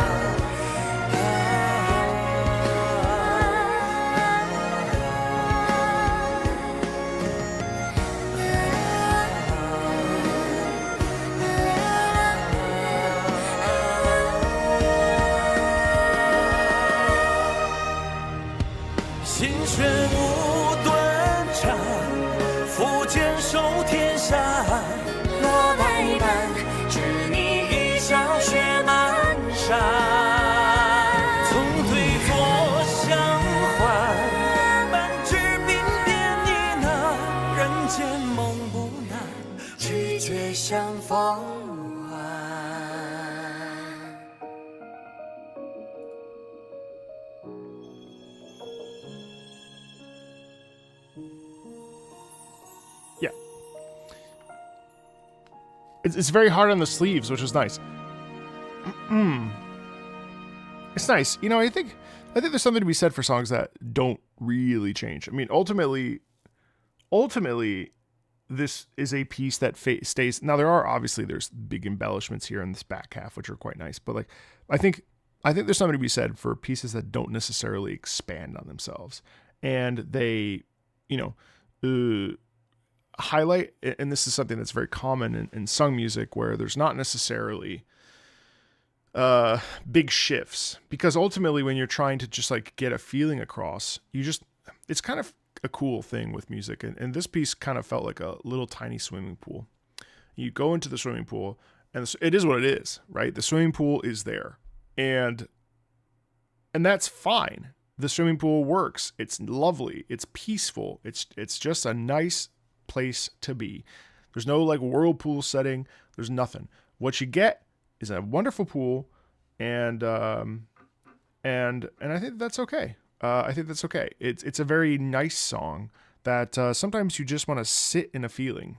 And while there is that duet part and the coming together, and then they separate, kind of hushed, there are these little moments of shift in the piece that kind of try to diversify it and change it up so it's not just the same thing. The emotion I mean, without knowing, Mandarin, or I'm assuming it's a Mandarin, without knowing the sort of verbal, like the vocal arc, it's nice to sit in a feeling. But yeah, but it's very beautiful too how the Chinese, really, the language itself is such a unique one, because there's a lot of the hard that's an interesting sound from a singing perspective. And honestly, I'm amazed at how legato the song, the language can actually be. It has a real nice flow to it. Yeah, it's pretty. I'm glad we listened to that. Okay, Sonic Adventure 2, Fly in the Freedom. This is Rouge's theme, which is apparently distinctive. Okay, I've never heard a Rouge song before. Let's do it.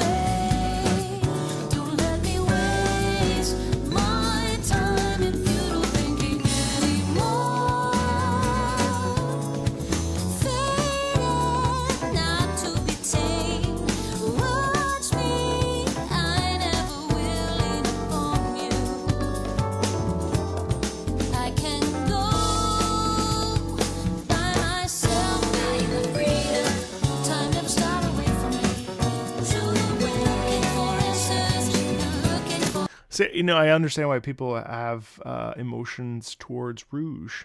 Rouge is Rouge has a shocking amount of femininity within her. This is music that is some beautiful music for the most annoying level in the game. I think what's really interesting about it is how suave it is. There's so much confidence in it, but it's like subtle. It's like, why don't you come here? Let me tell you something. Oh, you know what I mean? There's a real, obviously a natural femininity in it. And I also like how the xylophone, or whatever the mallet instrument is there, kind of coalesces with the main singing theme in there.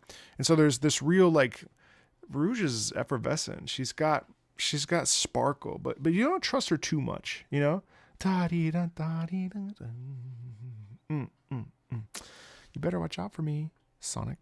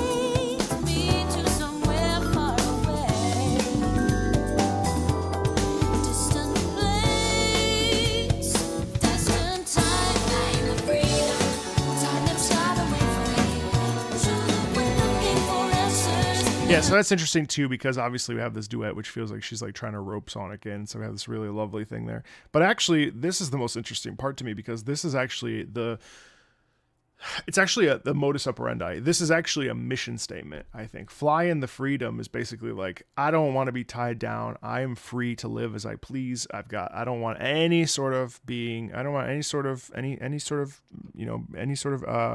things getting in the way of me being who I am. I want to be free as a bird. No commitments. Looking for the clue. There's a lot of things to do. Come on, I'm ready to gamble. It's time to play the game. Tell me, what is this feeling? To win in paradise. I'll keep it forever in the freedom. I'll never stop my steps. I believe in myself. I know that I can. Sure know.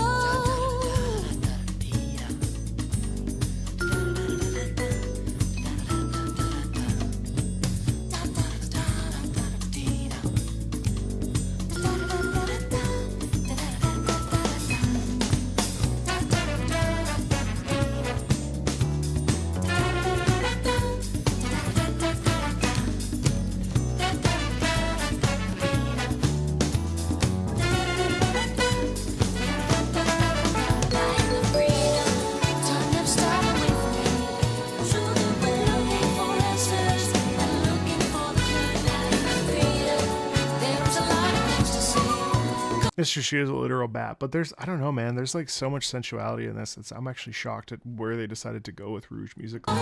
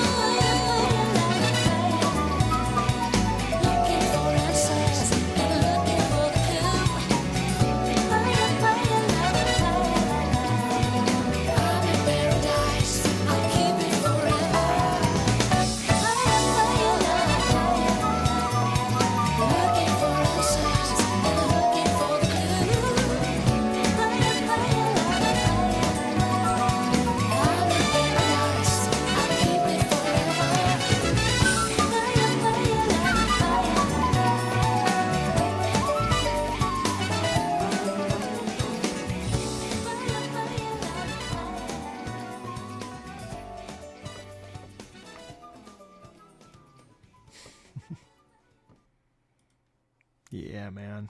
Okay, I want to listen to a lot more of Sonic Adventure 2. God, that is gorgeous. I like that. I'm going to highlight that. That's a gold star. Beneath the Mask Tactica was a gold star, and the Tribal Assembly was a gold star today, too. Really, really nice so far. Yeah, I really enjoyed that. That just has so much effervescence, and I think what's really surprising to me is how much it sort of details... hold on one sec. Details, like... Rouge's like existence, you know, what her place in the world is. Like there's so much vibrancy in that just is but it's smooth though, which also goes to show that like she's not gonna take your shit, you know what I mean? Like it's such a character theme. Harry Potter and the Order of the Phoenix. Welcome to Hogwarts. It's always interesting comparing how well the two different forms of media capture the heart and essence of something.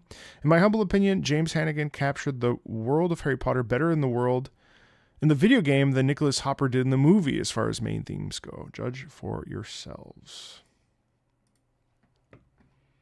Right, because this is the movie license.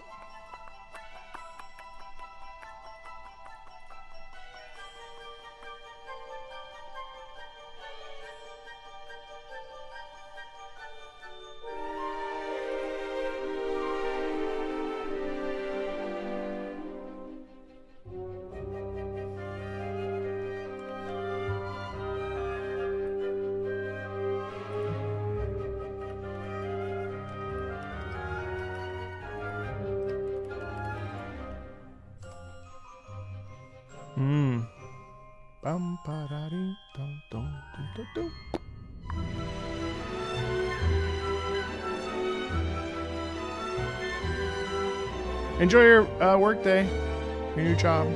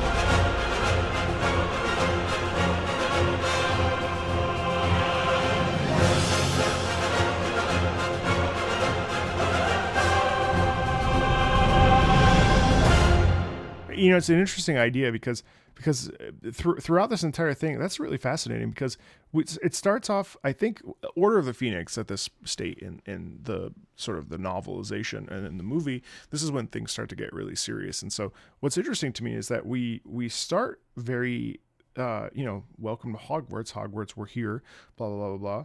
And then all of a sudden, yeah, it gets really dense, and it has this sort of enrichment, this quality of basically, oh God, what am I trying to say? I'm so sorry. It's like we arrive at a point where now conflict has arrived to us, right? We arrive at a point that conflict has arrived to us. Basically, like, what are you going to do when you face a challenge? How do you tackle it head on? How do you decide to say, okay, this is my time, this is my commitment? It's very, very John Williams-ish. I think to me, I don't remember the main theme of Harry Potter and the Order of Phoenix, but this one does exemplify, like the sort of inherent stress at this stage of the Harry Potter, like, you know, journey as a character. You know what I mean? Because Hogwarts is no longer just like a nice place. I mean, it never really was. There's always something going on in Hogwarts, but in this particular instance, it feels like things are more shitty. So whether or not I like that more than the main theme from the movie, hard to say because I don't remember. But anyway. Yeah, so that was our Turandot and Traviata tiers. So now we'll slow it down, end up in our sort of radio portion. Still be talking about the pieces at the end, of course.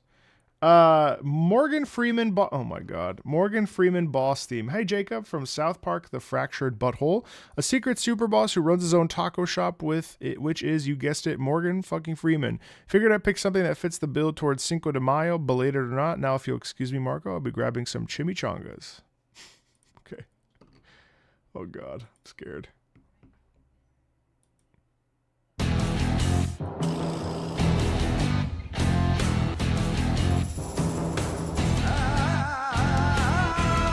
What?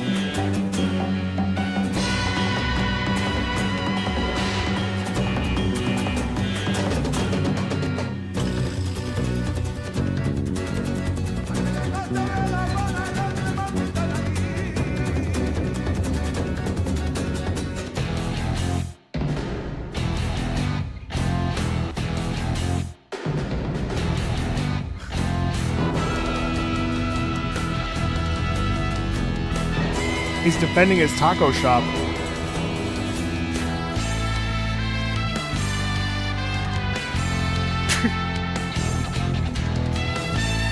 Hi, Ronan.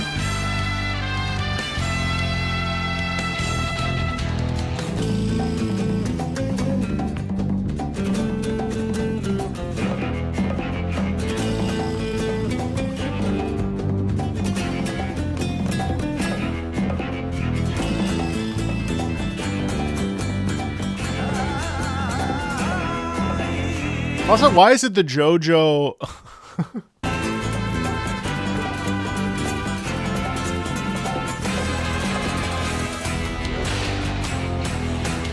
It's so funny because it sounds like a lie from. It sounds like the Pillar Men from JoJo. It's so funny. What a theme, man! That's crazy. I almost want to star it. Ay ay ay ay, bambi da di da ya. Honkai Star Rail, Heaven and Earth as a chessboard, theme of Jin Yuan, Arbiter General of the Luofu, first character theme, post base game. It honestly has aged pretty well.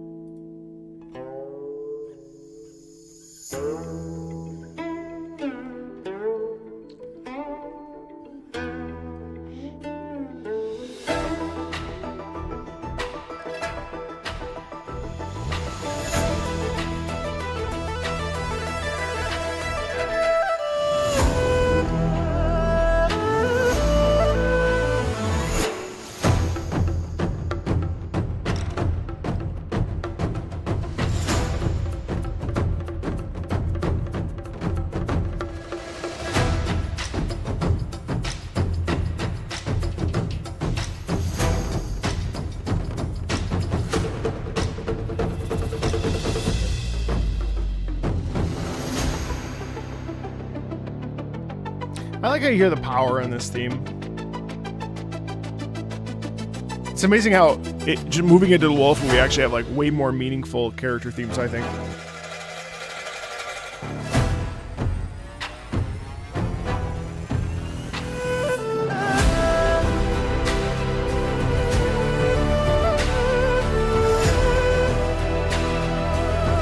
I am Alejandro Saab.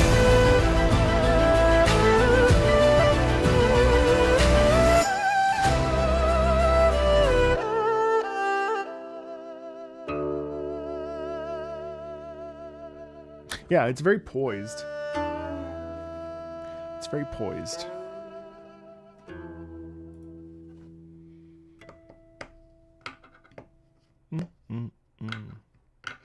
Yeah, I thought that was very nice.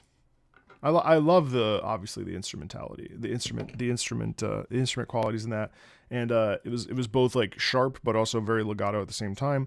The instrument choices were really lovely. Of course, it's poised, it's measured, it's confident, but it's also like kind of educated and thinking. You know what I mean? It's kind of a thinking piece. Vita Mundus Devora from World of Warcraft. Bantering with my friend about VGM a while ago, he pointed out this track from the last raid before the current one that I didn't play, turned out to be pretty damn good. Turns out this guy who composed this one is the same that made Zandalar Forever, another song I suggested a while ago. You probably don't remember it, but anyway, I hope you enjoy this one. How dare you? No, I don't remember it. But how dare you?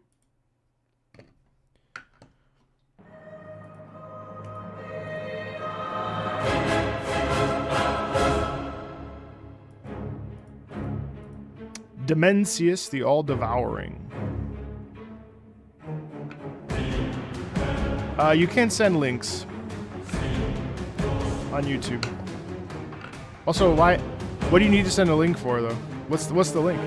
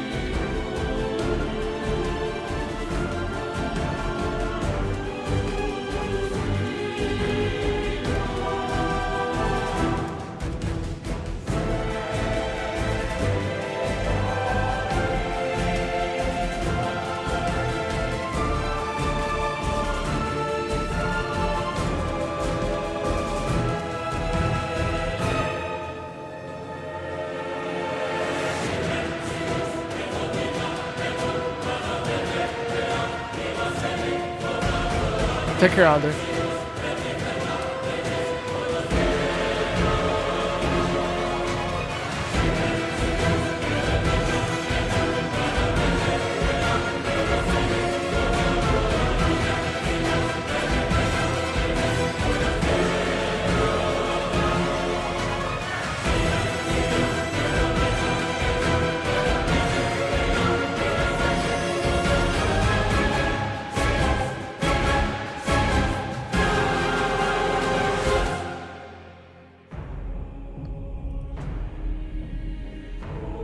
Ooh.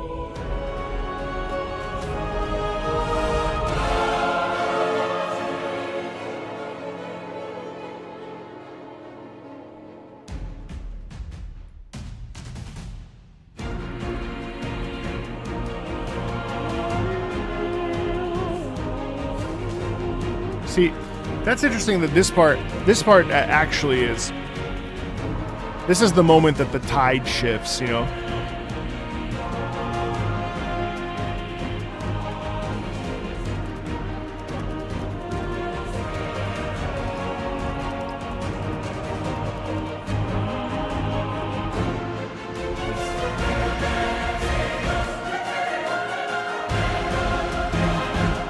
I like this back half. Oh, that's nice.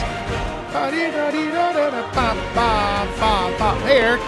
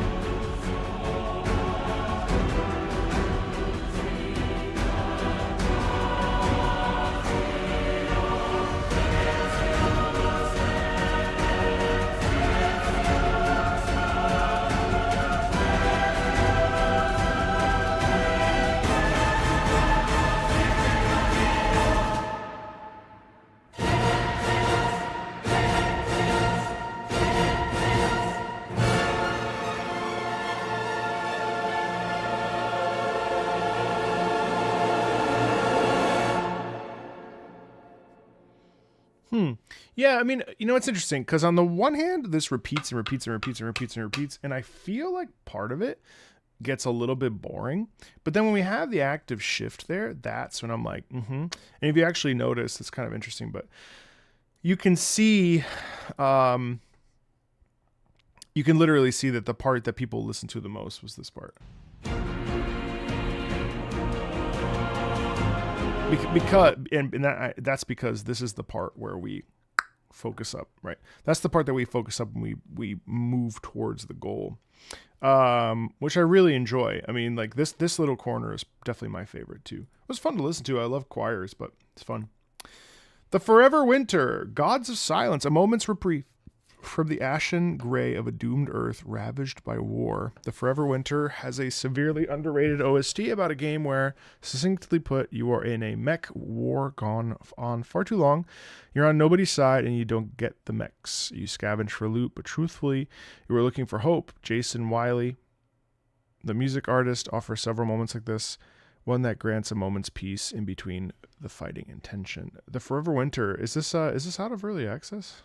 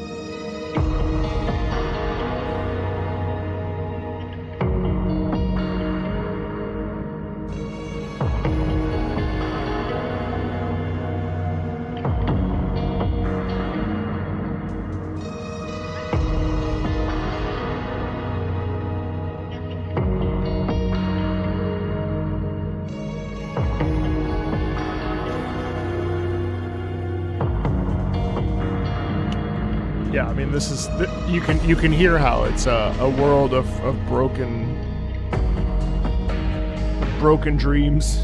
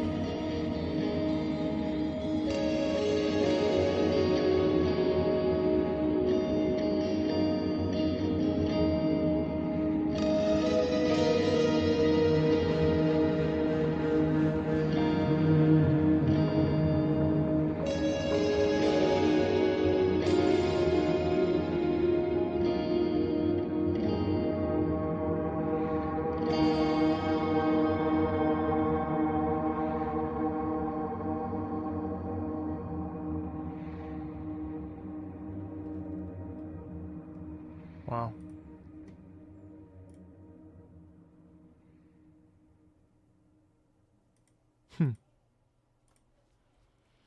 Yeah, that's stunning. I mean, and basically extremely simple. I mean, it doesn't really do anything crazy, but it does leave you with kind of like bated breath, like you can't breathe in it. It's a world that is just destroyed, and I kind of like how bleak that is, but especially because the guitar does the heavy lifting in that particular case. Plus that lower drone, which is quite nice. Oh man.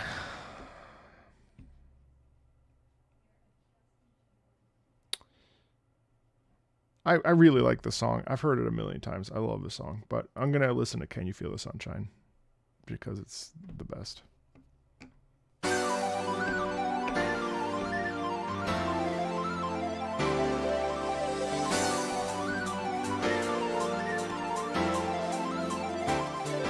Can you see the sun is shining on me? It makes me feel so green, so alive. It makes me want. Oh, thanks, Eric. Appreciate that sub. It makes me feel so high. The bad times pass me by. 'Cause today it's gonna be a brighter day. Can you feel the sunshine?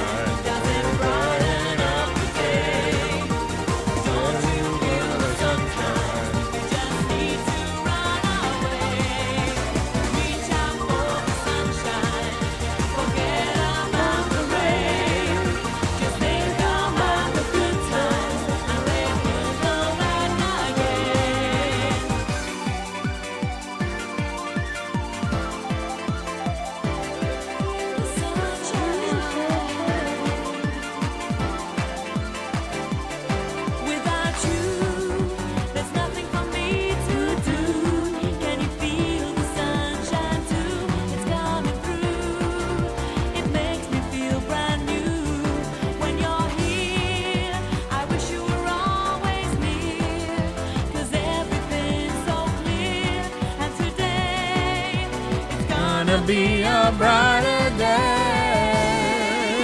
Can you feel the sunshine? For today's stream, patrons only. Second Wednesday of every month is for everybody here.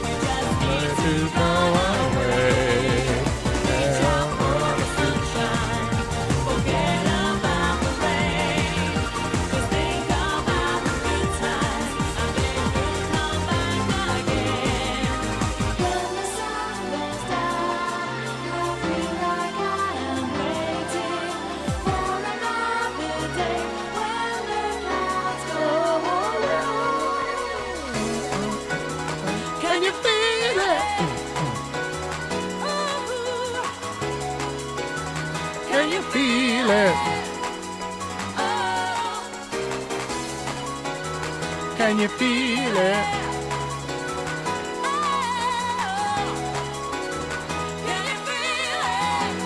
Lord, no, that sounds hilarious. Can you feel the sunshine?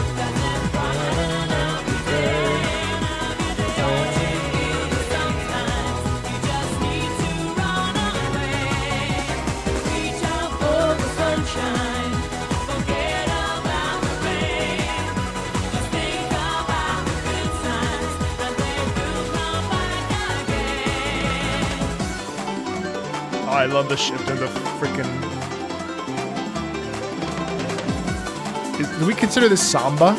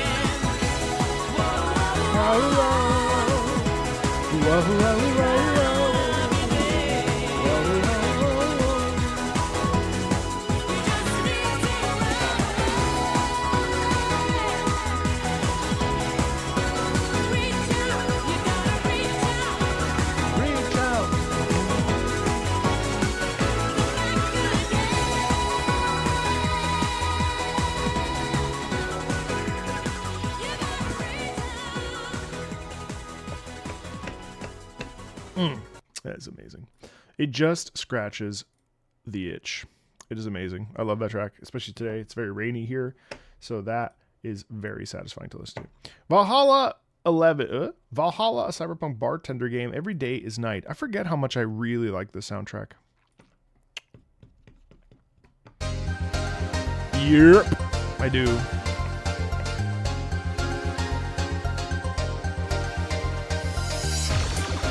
Hey, Sankrit.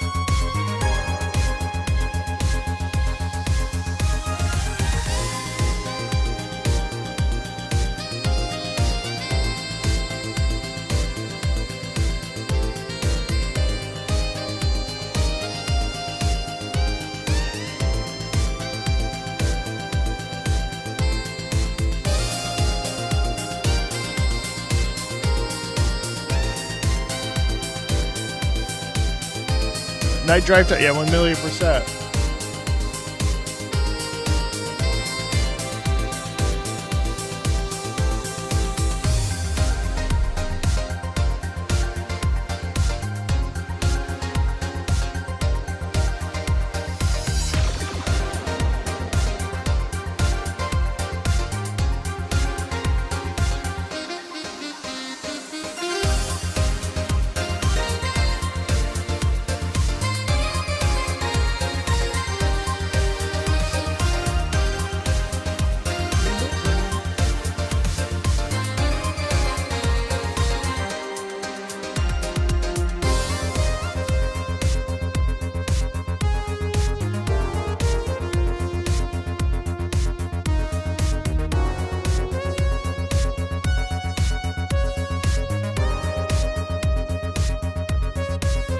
The whole soundtrack is like this.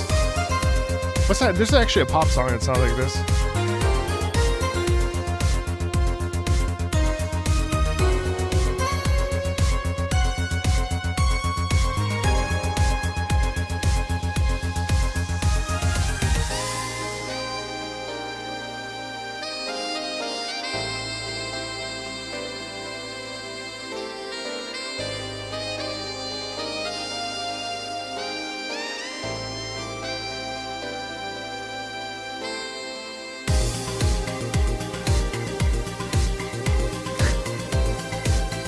It's so retro. I adore it.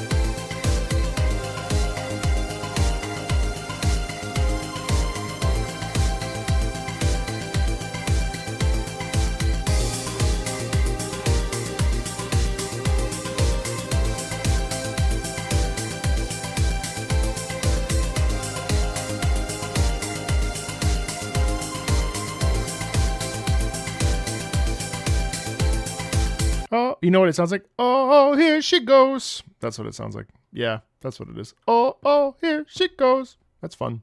What a treat. Look outside. Formaldehyde. Boss theme for a taxidermy monster has fused the body and head of a rhino, head of a moose, head and arms of a bear to itself. Okay. Okay.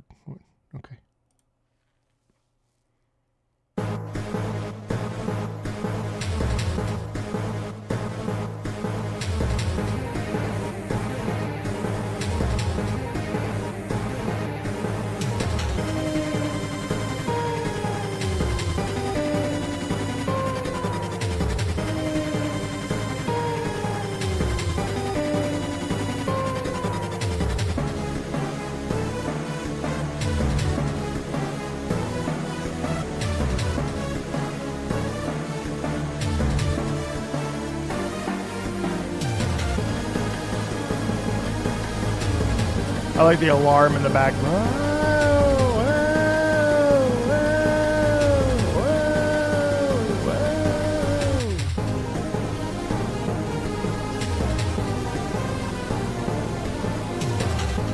I'm not crazy about this one.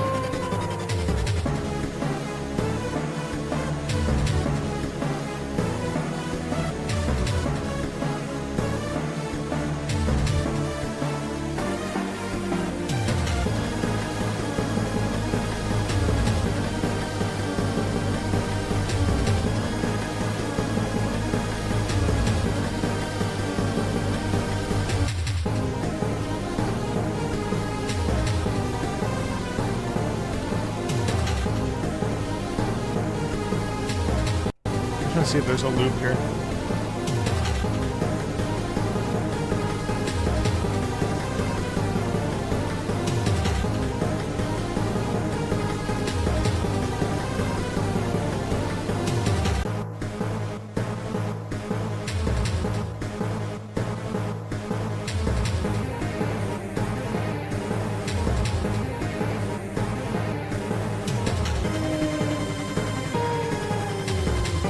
Yeah, it's interesting because it's definitely twisted. You know what I mean? Bow, be-da, dee-dum, dee-dum, and then you get that massive size, right?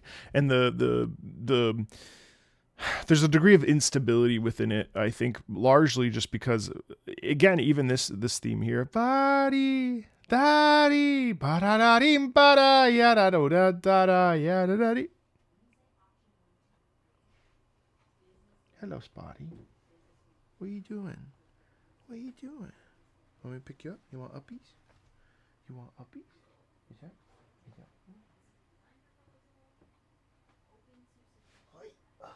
Hi. Oi. You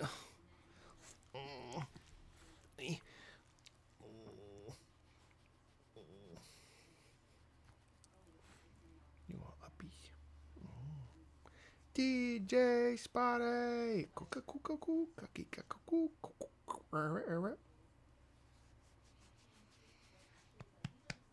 Do-da-dee-dee-dee-dee. Hello. Hello. Hey, Spotty. What? What are you doing? What's happening? What's happening in your world? He sits like this. He sits like the chipmunk. Can you see him? Oh, no, you can't because the mic's in the way.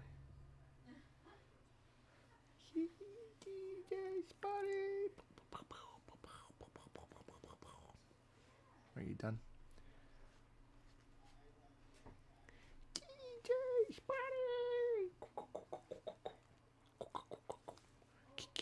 All right, go. Thanks for saying hi. It's my parents-in-law's dog. He's so cute. Anyway, yeah, so the intensity in this is really fun.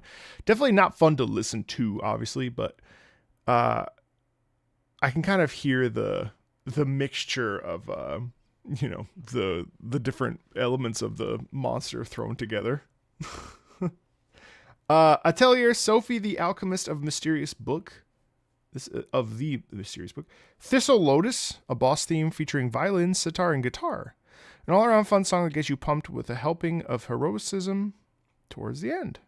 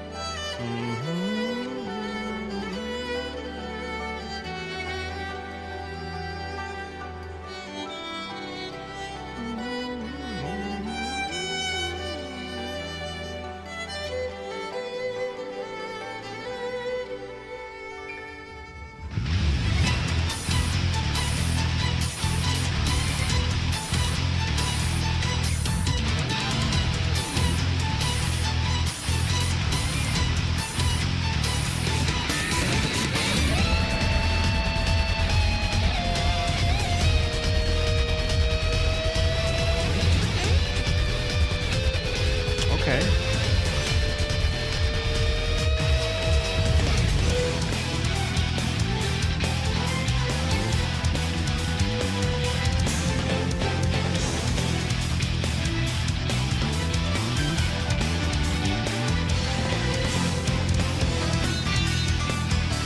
Wow.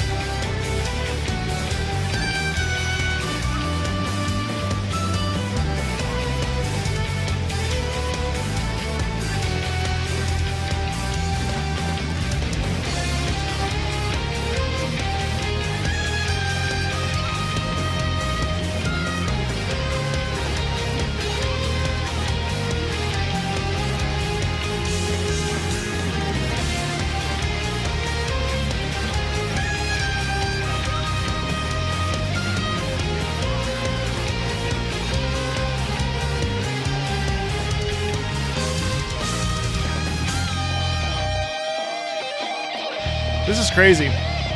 I love that. That gets a big old gold star for sure. It's so unique. Fun.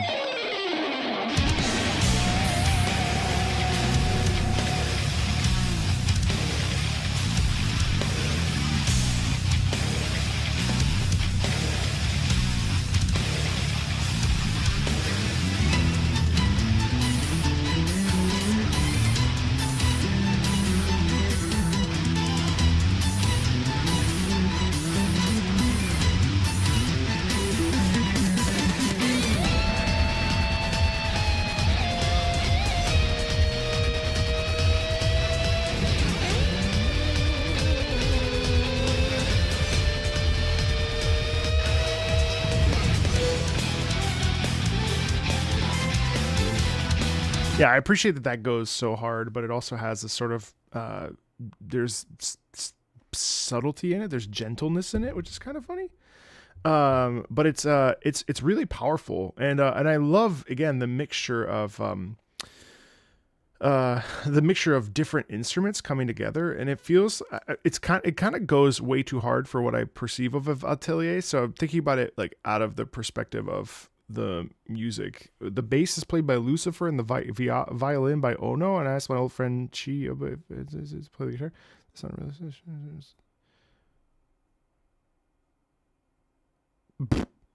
Okay. All right, Octopath Traveler, Discord, and My Quiet Forest Home. Calm with the strings, watching the forest grow. The instruments in this place could be symbolizing the growth of something new. All right, and I'm going to play some random stuff in the background just so that I don't get in trouble.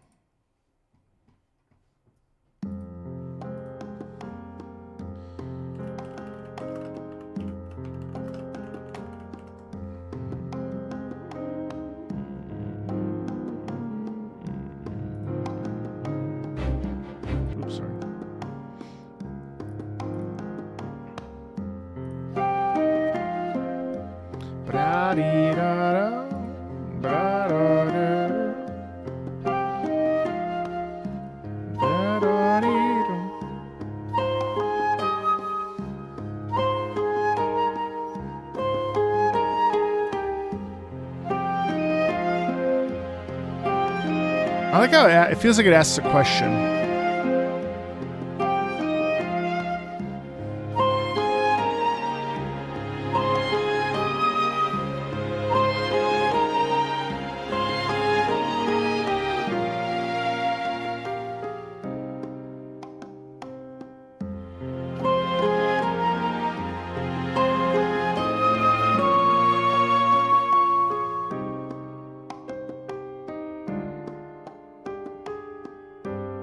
Again, with the drums, with the hand drums here.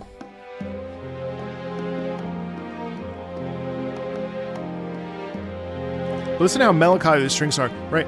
Ba-da, ba-da, ba-da-da-dee.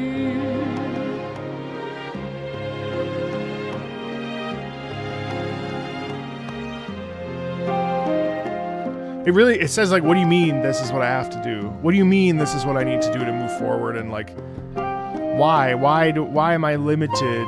Why do I have to slow down? Why do I have to whatever? Like, there's agitation in this.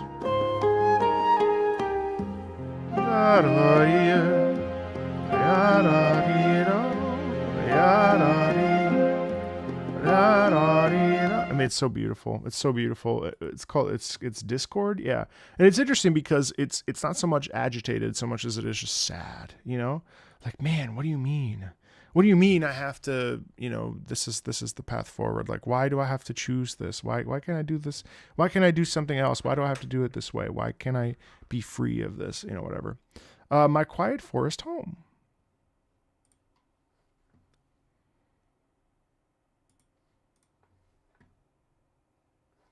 Oh wait, oops. Sorry.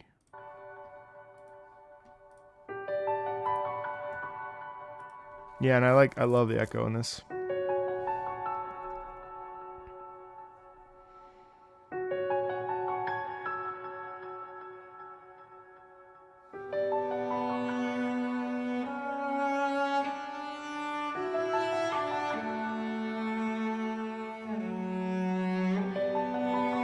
Beautiful cello, my God. It's such a subtle thing to go down and then go up. This really is like modern classical music.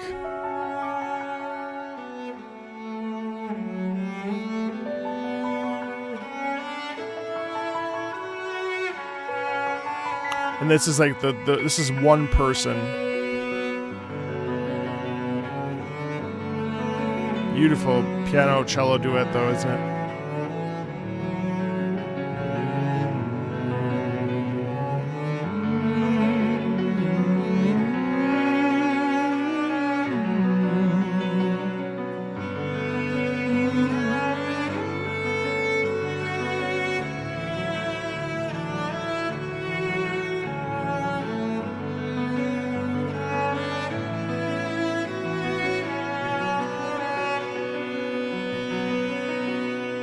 And then it ends in major. This really feels like, you know, getting away and moving to be alone and I don't know. To me, it feels like finding your footing. Hey, Nikki.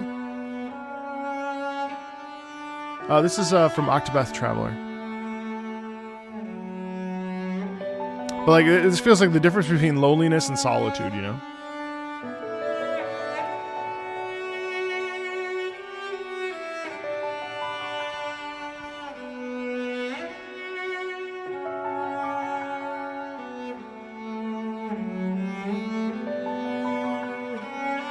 I liked Zero. I should go back and actually play it more.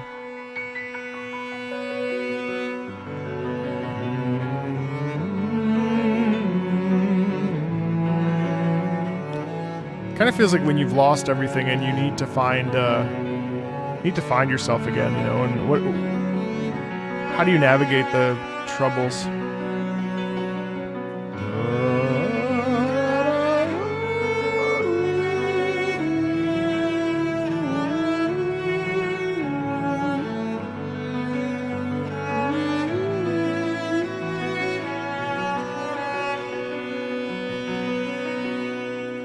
Oof. I really like when it switches to major in the piano. It's almost like, yeah, you found yourself. Don't worry. You found the path forward. Such a beautiful little theme. Is it good? Yeah, I thought Zero was good. It was definitely different than the other two, and I personally wasn't a big fan of the systems in 1 or 2, but Zero is interesting because there's like a city, like a town building portion, very small, small portion of it. And then you kind of have your set party as you go. But it's lovely. It's more complicated than that, obviously, but it's very nice. Bass Bag from Age of Empires 2, perhaps one of the less strangely named tracks from the game. Yeah, we'll listen to this. Well, it's not a set party, but the party expands. It reminds me more of Suikoden than it does Octopath.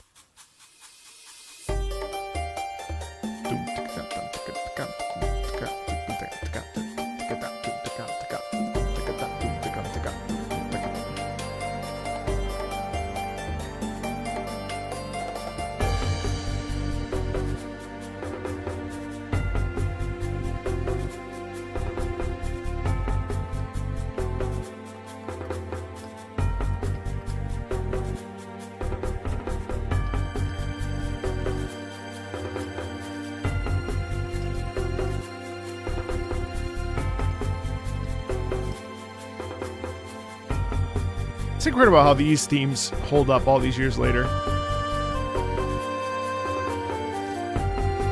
Because you wouldn't think that, I mean, music outlives the game, although there's a very active Age of Empires 2 community, so I can't really say that, right? Because if you look at the Steam charts, based on my understanding, listen to that. Just riffing.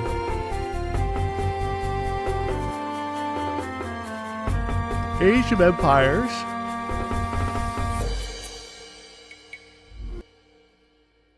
Yeah, there's 22,000 people playing this game right now on Steam. That's crazy.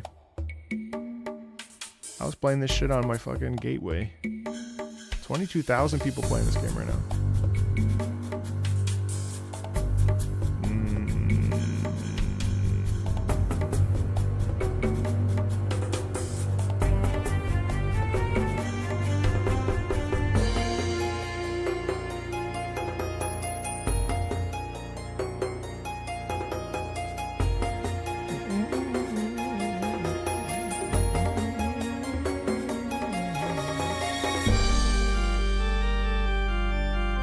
Random.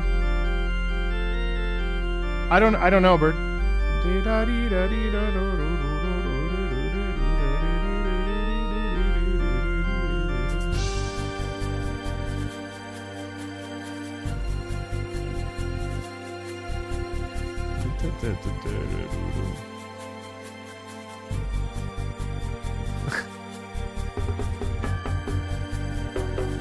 I do love the mixture of different sound, like different instruments kind of coming together.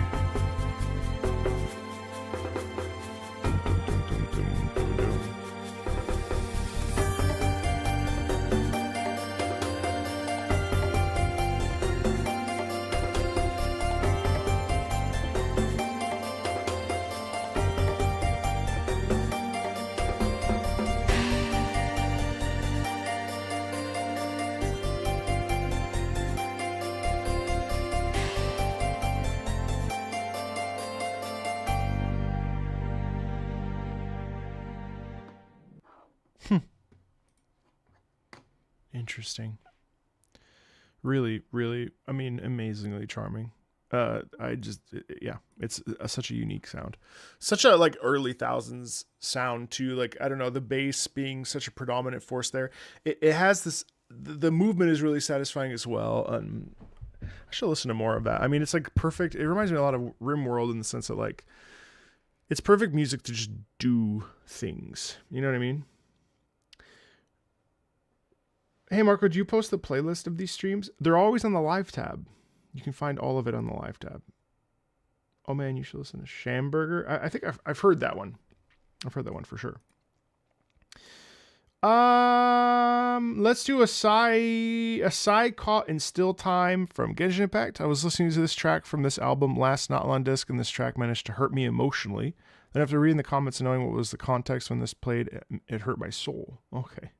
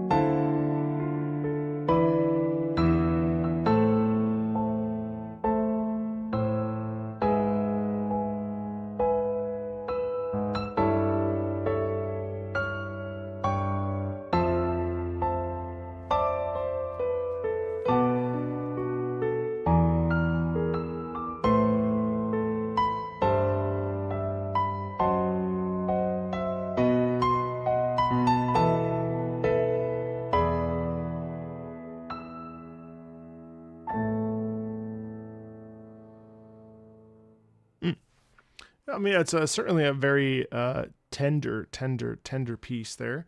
It's obviously very, there's a lot of space in it. And there's a little tiny bit of dissonance sometimes when we come down, which, you know, I think it just is that classic, like, lost your way, not knowing where to turn. I think obviously there's a real sense of melancholy in it, and there's also that feeling of kind of, I don't know, losing yourself in a way. It was interesting how near the end we started hitting the piano a little bit harder, so there's a little bit more like emphasis on that, which I think pulled me out slightly because of how it was like dum ding dun dum ding dun dun ding dun dun ding dun dun, which kind of took me out of it. And I think I would have liked it to. I think it could have been nice if it was like 2 minutes longer. To be honest, I feel like it was a very very beautiful, but a little bit short.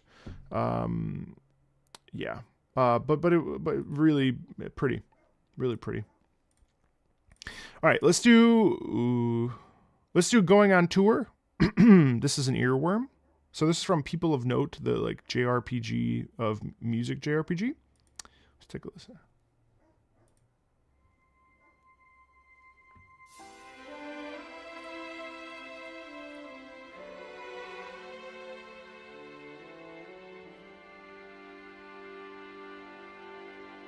Let's see if you can sell me on the game. This is my moment, but am I ready for this? Gotta stay focused. Hold on. Just need a little assist. You know what's funny is that Annapurna put this one out too, and no one seems to give a shit. But the minute mixtape comes out, all of a sudden it's like a big to-do. Like no one gave a flying fuck that this game came out. But meanwhile, mixtape is an offense to. The deadline's tight, but I'll pack up, take flight, see the world.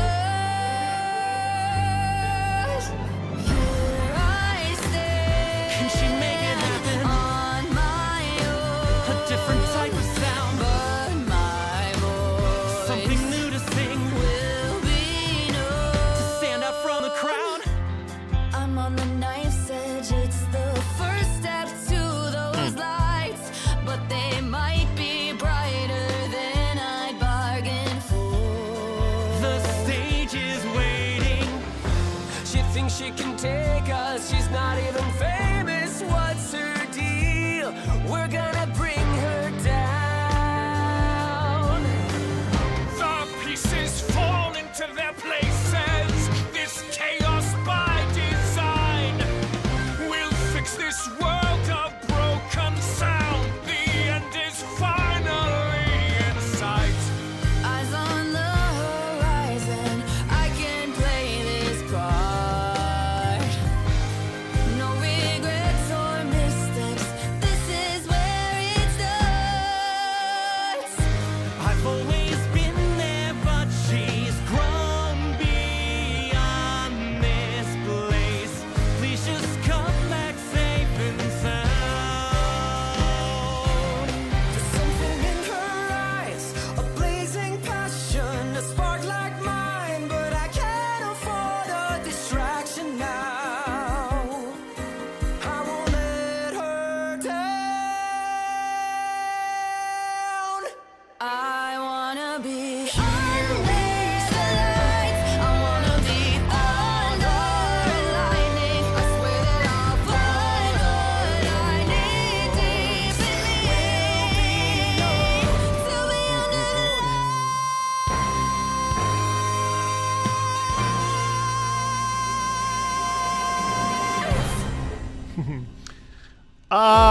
the You know, it's funny because I think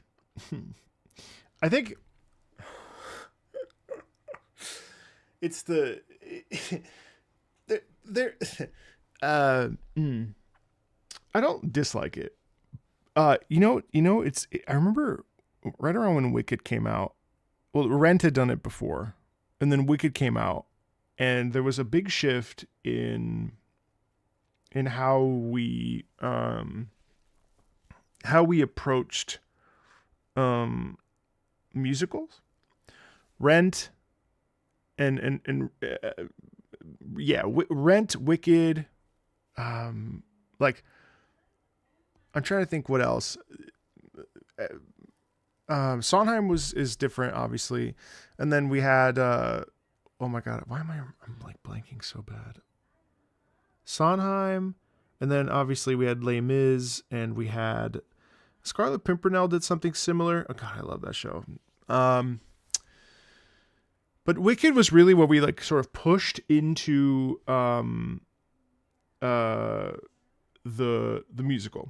Wicked was really when we pushed into the more of the pop approach to like musicals, and that I think more or less has kind of remained constant.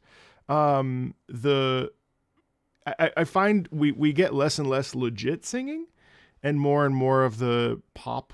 When I say legit, I mean like with vibrato. More of the pop stuff now, and I don't necessarily think that's bad because what's pretty cool is that the singing is legit in this. Like, it's very good. It's definitely camp.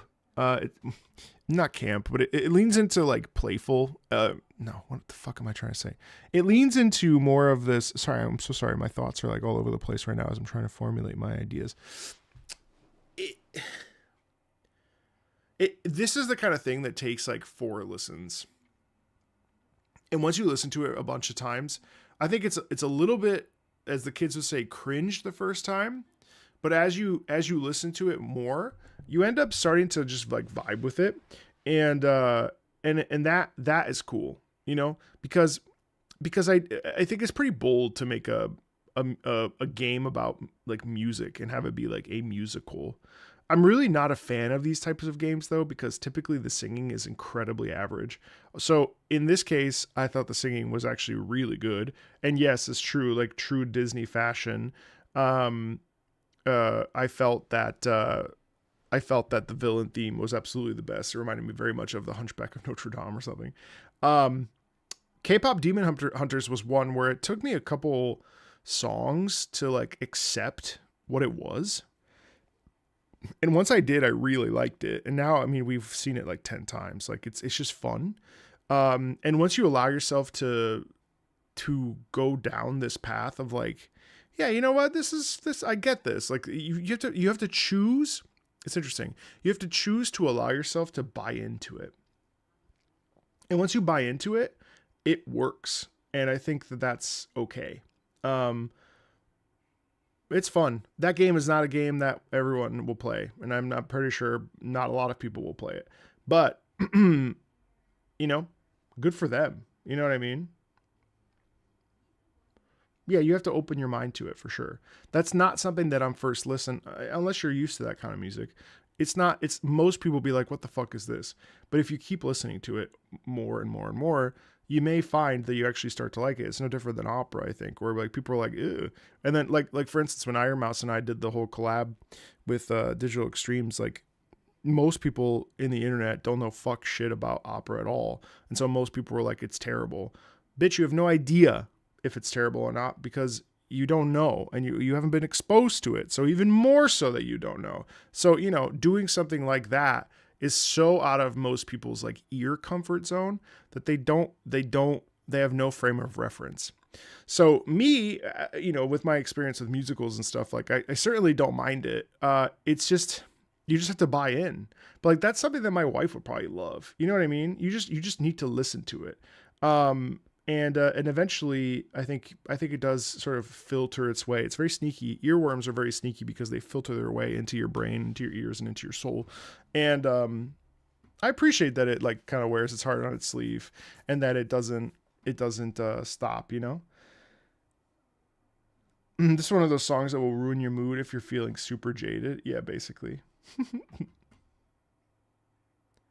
Epic the Musical probably helped to popify musicals. I don't know that it has the same reach as like things like Wicked and Rent and the sort of like late 2000s or mid 2000s musical stuff.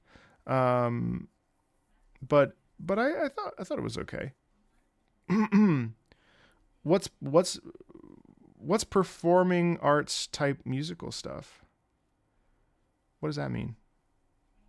I was a theater kid and that scratched an itch for me.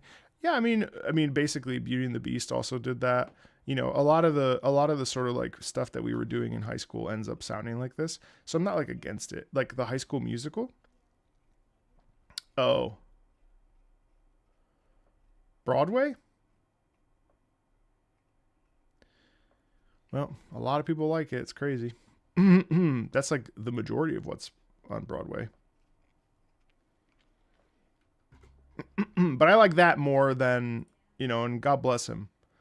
I like that much more than that Stray Gods thing that Austin created. And I love Austin Wintory's music and I really respect him as a person and as a composer, but Stray Gods was not it for me at all. But that, so, I mean, also it helps that these are like legit singers. There were some legit singers in Stray Gods too, but that one I was not a fan of. But now the sort of branching paths thing was astounding. And so much variety and like the process of creating that is just like monumental. But I mean, the thing that's kind of cool about musical themed games like this is that like, you know that you're making that from a place of passion, not from a place of product. No one's buying People of Note. You know, that's just not something that's going to ever breach the popular culture. And if it does, it's just going to be mostly people like shitting on it, unfortunately, which I don't think is fair either. But it's cool that this stuff like Stray Gods, it's cool that Stray Gods exists. It's cool that this exists. It's cool that there's other music-based games that are not rhythm games that people are into, you know? Well, maybe I should sit down and at least try it out. There is a little bit of like, I wince a tiny bit, but yeah, anyway. Thanks, Ivy. Uplink Symphonic Hollywood of the Demon Scene Duel crew fame made this many years before the game came out, so it's not an original to the game itself. This is my most favorite tune from the game, though, because it feels like a sign to relax in my hacking session, which is mostly energetic techno. If you haven't had a pee break yet, just a heads up, there's much water sounds here.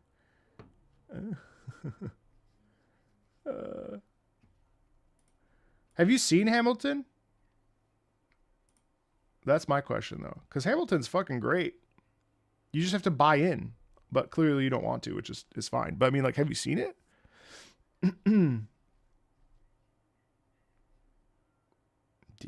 Demo scene. I'm sorry, I read demon scene.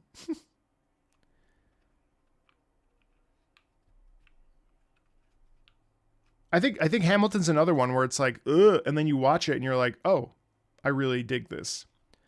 You know, it just depends. I wouldn't pay to see it. Well, I mean, that's tough then. It's tough because in my mind, it's kind of like, you know, no judgment, but it's kind of like, well,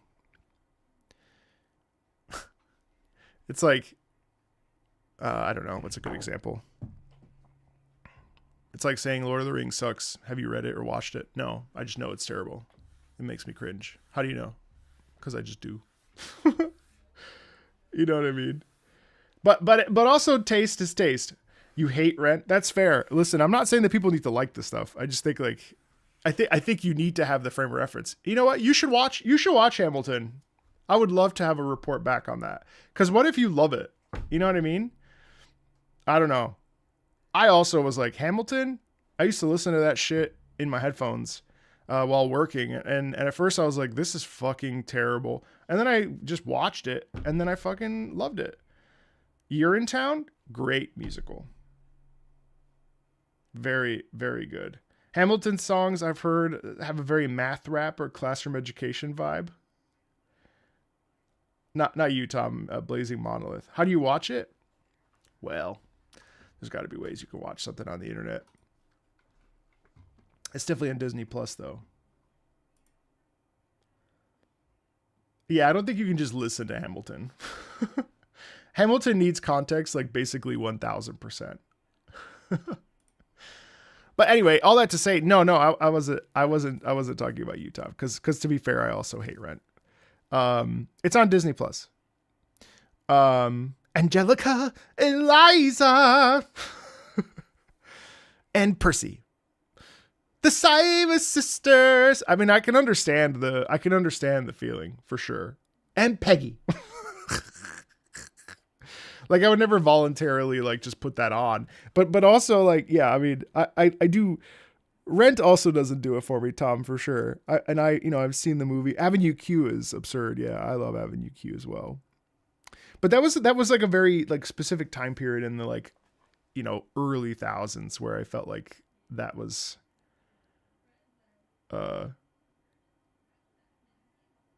sometimes I think about this and it's like, well, if something is popular, then clearly it's doing something right, you know? I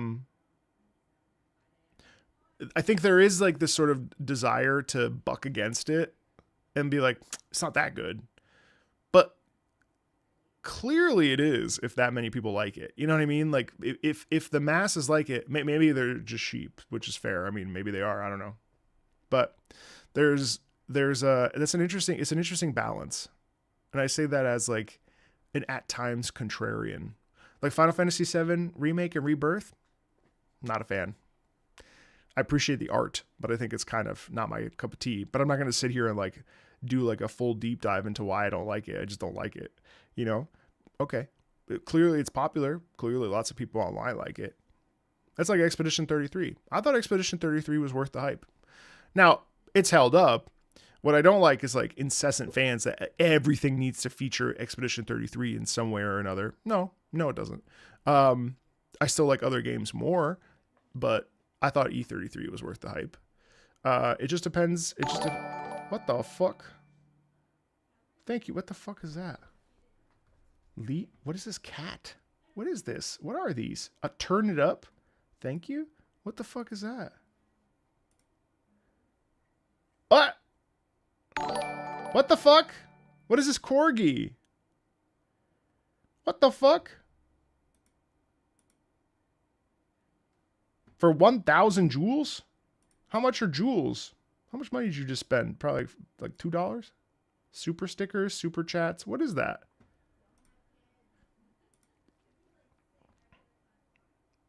That corgi was cute. I bet you it's AI though. Super chat. I can send myself $20. That's hilarious. Wait, where did you even see that? Super stickers? Nope. Stickers are stickers.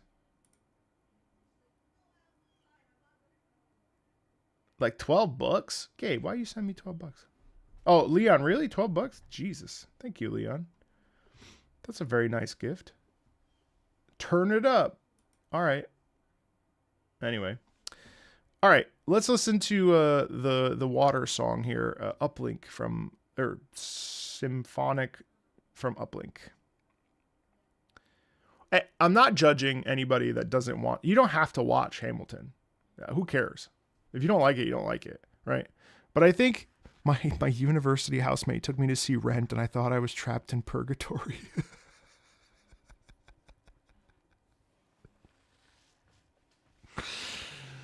Oh, Roger. Listen, I cringe a little when I hear Dancing Through Life from Wicked. I'm not going to say that's my favorite song. I got a notification that YouTube had given me bits to send as a gift, and your stream is keeping me sane at work. Thank you, YouTube Premium, and thank you, Leon. That's funny. I think it's okay to dislike things. I don't think you need to like sit down and play 20 hours of a game to be like, I don't like it. or sit down to listen to the entire soundtrack of whatever. Moses supposes erroneously. Moses. I actually love Singing in the Rain. I didn't think I would like that. See, that's another one. Why the fuck would I ever want to see? Why would I ever want to see Singing in the Rain? And then I saw it and I was like, oh my God. I'm singing in the rain. Da da dee, ya da da dee, ya da dee, da da ba da. I'm happy again. I'll walk down the bend with a cloud in the sky. I'm singing and dancing in. And then the fucking open umbrella, rain falls in the theater. What the fuck? You know, Singing in the Rain is amazing. Oh my God. I love Singing in the Rain. Oh, I should force my wife to watch that tonight. Oh my God. Topol's last tour of Fiddler on the Roof. Ooh, the only ever musical I ever saw not live was Twisted on YouTube. What a great show. Make 'em laugh. I can't remember that song. Man, I'm going to force my wife to watch that this weekend. Uplink. Oh, anyway, sorry. AFK. Got me talking about musicals. Anyway, all that to say, sometimes it's good to not prejudge something. How much do I enjoy Disney music? Never. No, I don't. I don't like Disney musical movies. I really don't. I think I like the classics.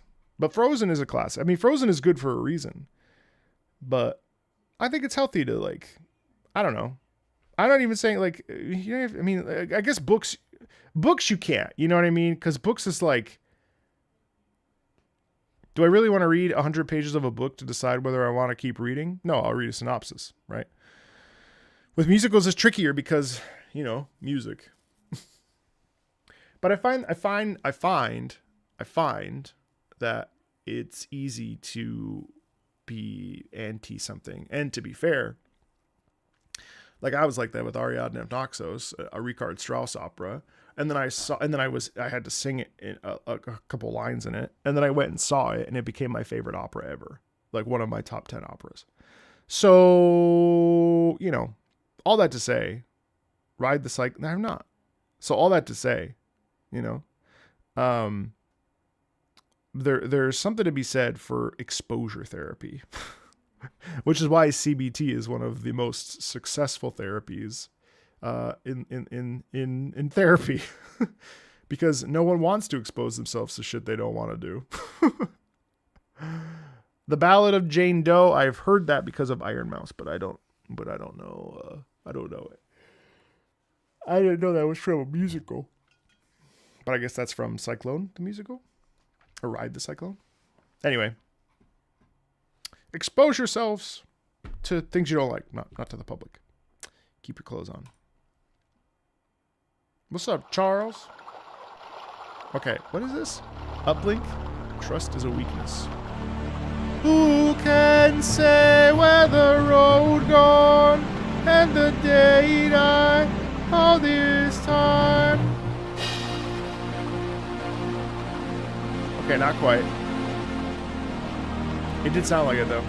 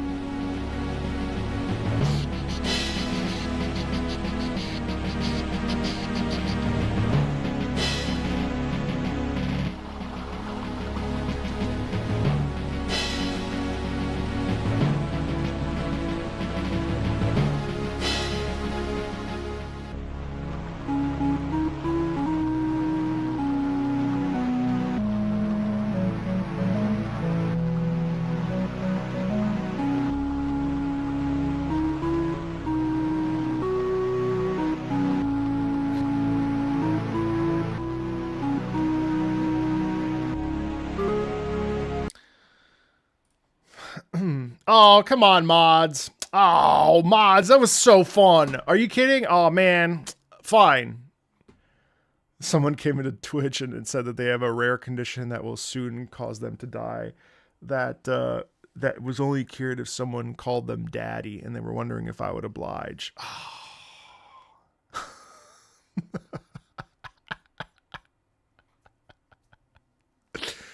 I was about to say, well, rest in peace, bitch, but I chose not to. Okay.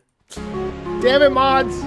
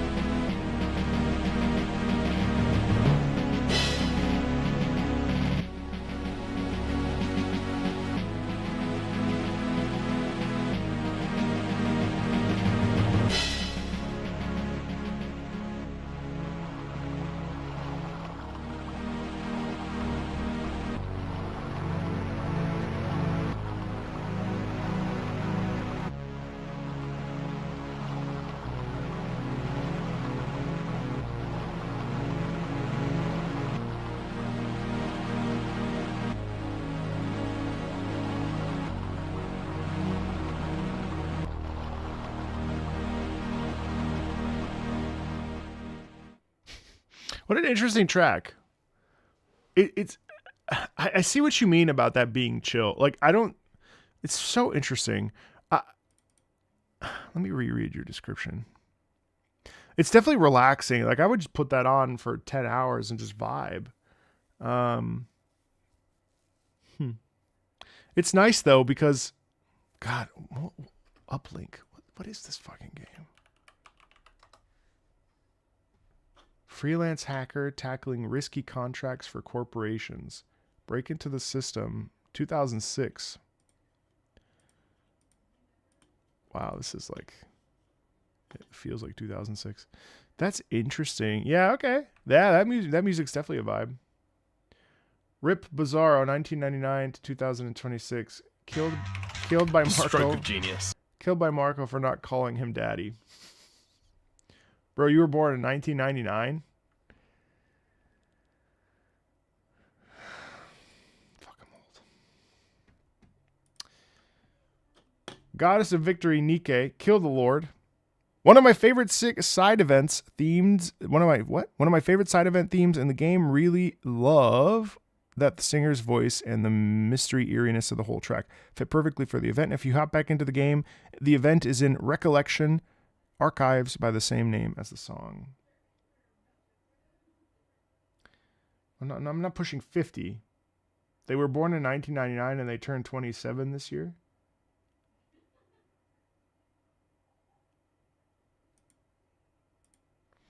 That's crazy. 1999 is 27 years old.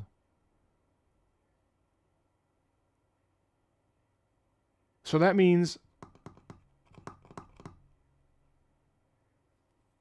that, oh man, a lot of people, so there are a lot of high schoolers that are now like in post-college that had the COVID experience of high school for the last 2 years, and they will never recover. And they will be damaged forever. That's so interesting. I think that's the one thing about society we never talk about is how like damaged the whole generation of kids are gone. Oh, I'm just teasing. I'm not pushing 50, bro. I'm 38. I'm 11 years older than you.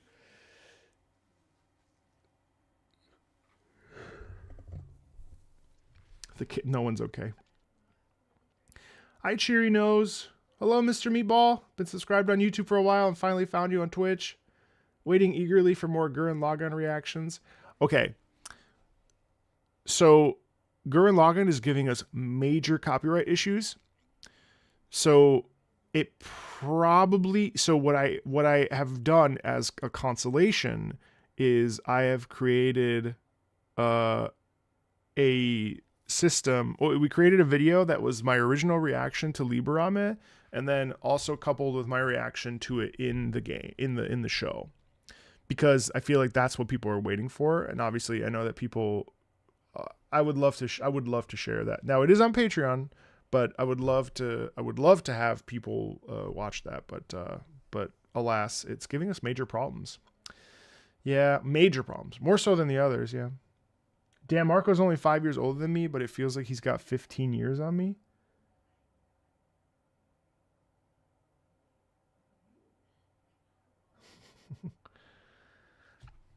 That's just years of trauma. You're a very good 38-year-old. What the fuck? I hope I stay young appearing as you do and I catch up in a Thanks, Solus. I'm a year older than you? Well, 1 year closer to death. Just kidding. That's just how it goes, baby. Solve this riddle. It goes hard and comes out soft. What is it? Bizarro, don't be weird. I'm gonna let you stay in here, Bizarro. Don't be strange. You already came in a little bit too hot. And some of us are even older. It's true. I hate that everyone's ragging on Marco for his age, and I'm older than him. You are actively fossilizing me. It's gum, you dirty-minded. You're turning 393 this July? Holy shit. That is old. I'm also born in 1988 and still hanging on. Bros, life's hard, bros.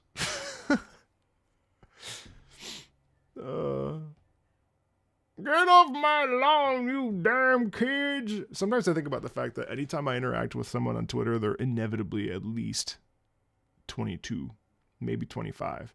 And certainly in the gacha space, most of them are between 21 and 26.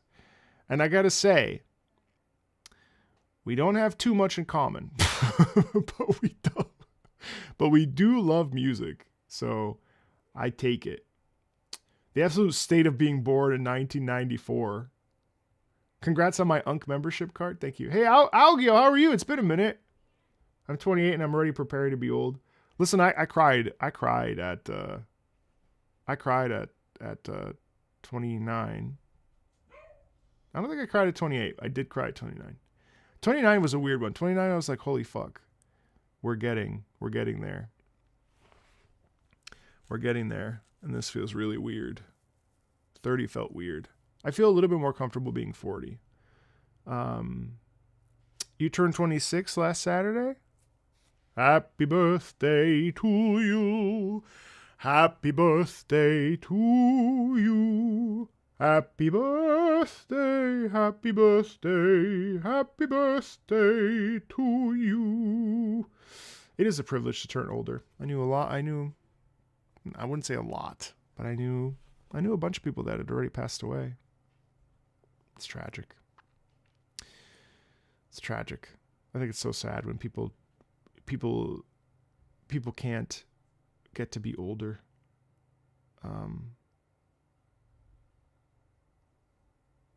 And a lot of people that just didn't deserve to die young, you know. I mean, no one deserves to die, obviously, but dying young is especially just like, I don't know, that it's upsetting, I think, and it's odd, and it's like, well, why them? You know, it's bizarre. Yeah,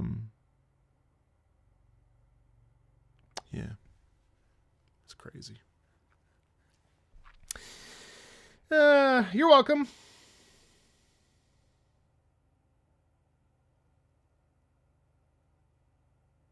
I will say I did actually suffer a back injury when I was in France the last time in 2019. My back does actively hurt. Like if I work out too much, my back hurts. It's like a person leaves without really having lived. I knew a guy in grad school, in undergrad, We were in the same hallway. He came to the bathroom. He was fixing his hair, had a duffel bag, went camping, went for a swim, didn't come back. You know? Crazy shit. Crazy shit. All right, let's check it out. This is Kill the Lord from Nikkei. What in the... I'm sorry, sorry. I know we probably shouldn't talk about death on a live stream. I can't help it. We're talking about music, you know. We're talking about feelings and we're talking about music. On Fridays, guys. So just to clear up, on Fridays, this is a Patreon live stream. Every Friday, everyone's welcome to come, right? You can come and hang out, listen to music, whatever. Not everybody here is a patron. But every Friday is a Patreon specific live stream where patrons suggest, and the Tosca tier, they suggest the songs and above. They suggest songs that we listen to because how else am I going to thank them for helping me keep this channel afloat by paying my team, by, you know, being able to take some of it home and use towards my bills and paying for stuff, like whatever. So this is how I give back to the Patreon community. We also have the anime tier, which is separate, and that's a couple times a week. I watch anime. And you get to see my reaction to it. And then sometimes that gets uploaded to the anime channel. Sometimes it doesn't. That's that tier. But then everything Tosca and up, and it's priced this way on purpose because otherwise it actually is too difficult to manage. We have 4 live streams a month where we listen to video game music together every Friday and we hang out. That's what the Patreon live streams are every Friday. They're not, they're inclusive. They're not exclusive. Anybody can come to them, but they are specifically for patrons. Now, if you want to sign up for that, I'm not saying you have to. That's patreon.com/MarcoMeatball. That's where you can, at the Tosca tier and up, you can request a track or 2. I listen to them. We talk about them. We move on. It's very chill, very low key. It's not like the analysis videos that I've done in the past, which are very like, you know, heavy. So heavy analysis. It's really just a vibe. Is that a Switch axe cap? Yes, sir. Anyway.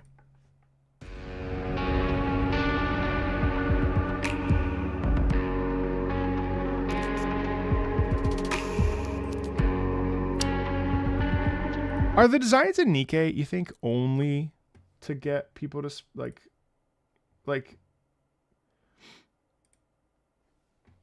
I think this is a beautiful character, right? It's clearly made for the eye of the male gaze, I would assume, right?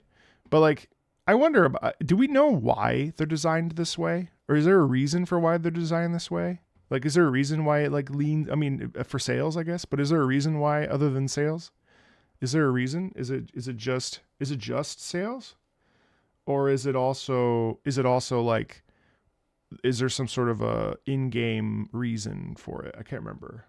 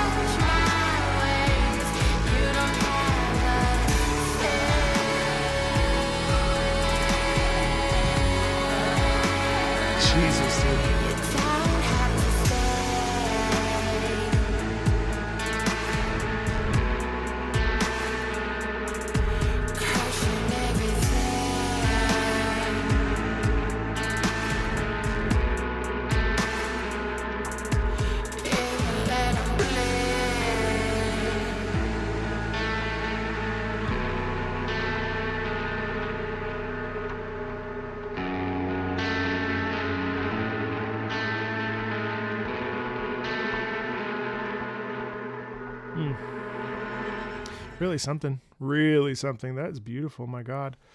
Is there a reason behind anything that corporations do other than sales? Oh boy. Well, so no. And that's a no and. That's a no and. No, because corporations like to make money. People within the corporation, yes, because artists want to create things and also get paid. So there's a duality there where corporation bad, individuals good. Corporation bad, artists good. You know? Money makes the world go round. That's just the way the cookie crumbles, which is unfortunate. I mean, that's just the way it is. Passion does not give food.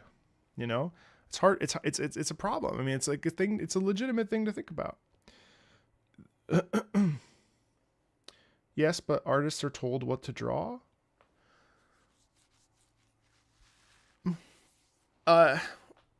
So I know that for composers of, like, for instance, of gacha games, they're given a brief and then they go and create, you know, they're given like character descriptors. So like in this particular case, they might have just been given like, you know, this is what she's going to look like. This is what she's going to, this is the context of what's happening. Build around that. And so actually there's quite a bit of freedom. Now, obviously there's a revision process and they go back and forth, but in general,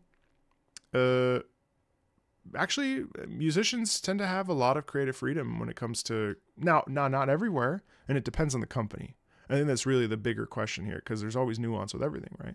Like, I'm pretty sure like Riot is probably going to be way more stringent because of the marketing and all the processes and like, you know, but I don't think that it's quite as do this monkey, you know. I think there's a little bit more flexibility in it.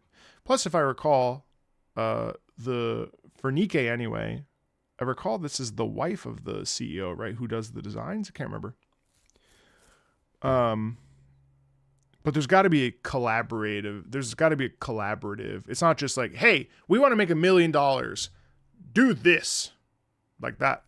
I mean, in my that doesn't make sense. Also, that's not really yes, that's probably to a degree what happens, but there's way more nuance than that, because there's no art. So I find, and we do have an artist in the chat, a professional artist in the chat, Bird, who can explain it better maybe. But you know, I think at the end of the day, like, it's a funny dynamic because artists are needed to produce the work that makes the millions of dollars. Yes, artists sit down and have a discussion about what is to be made and how to make it. I don't think anybody's in there like, okay, we need this game to make $1 million. Please make the design. I don't think it works like that. Maybe I'm wrong though. What do I know? Anyway, I loved that track. It was really fun, and very beautiful.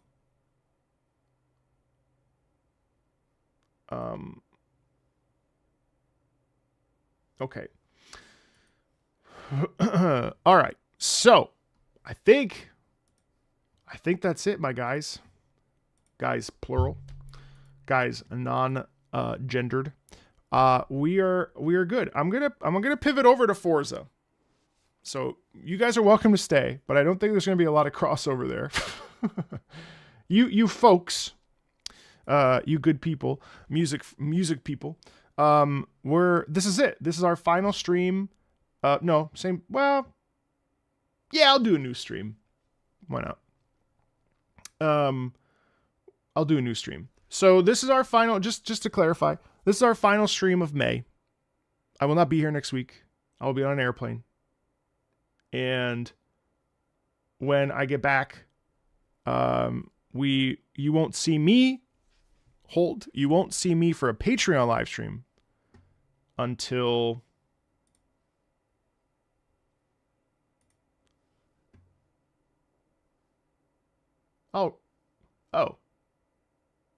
Oh yeah. So you won't see me the 22nd. You won't see me the week of the 25th. So no 29th. And you won't see me the 5th. So 3 full weeks. You will see videos. Please watch those. In May, in June, we'll start back up on June 12th for our Patreon live streams. And then we will be good until July. There will be the 10th that I won't be here. And then we'll be pushing through until the winter. So that's the game plan. So the summer is a little bit funky, but so yeah. So the 22nd, 29th, and the 5th, we will not have Patreon live streams. You will not see me. I will not be streaming, and I will be back for our first. Well, we may end up doing 2 in June just to catch up, but we'll figure it out. All right, guys, I'm gonna hop off, go to the bathroom, come back. We're gonna start streaming some Forza 6. Super chill. No, I'm not going on a vlog tubing for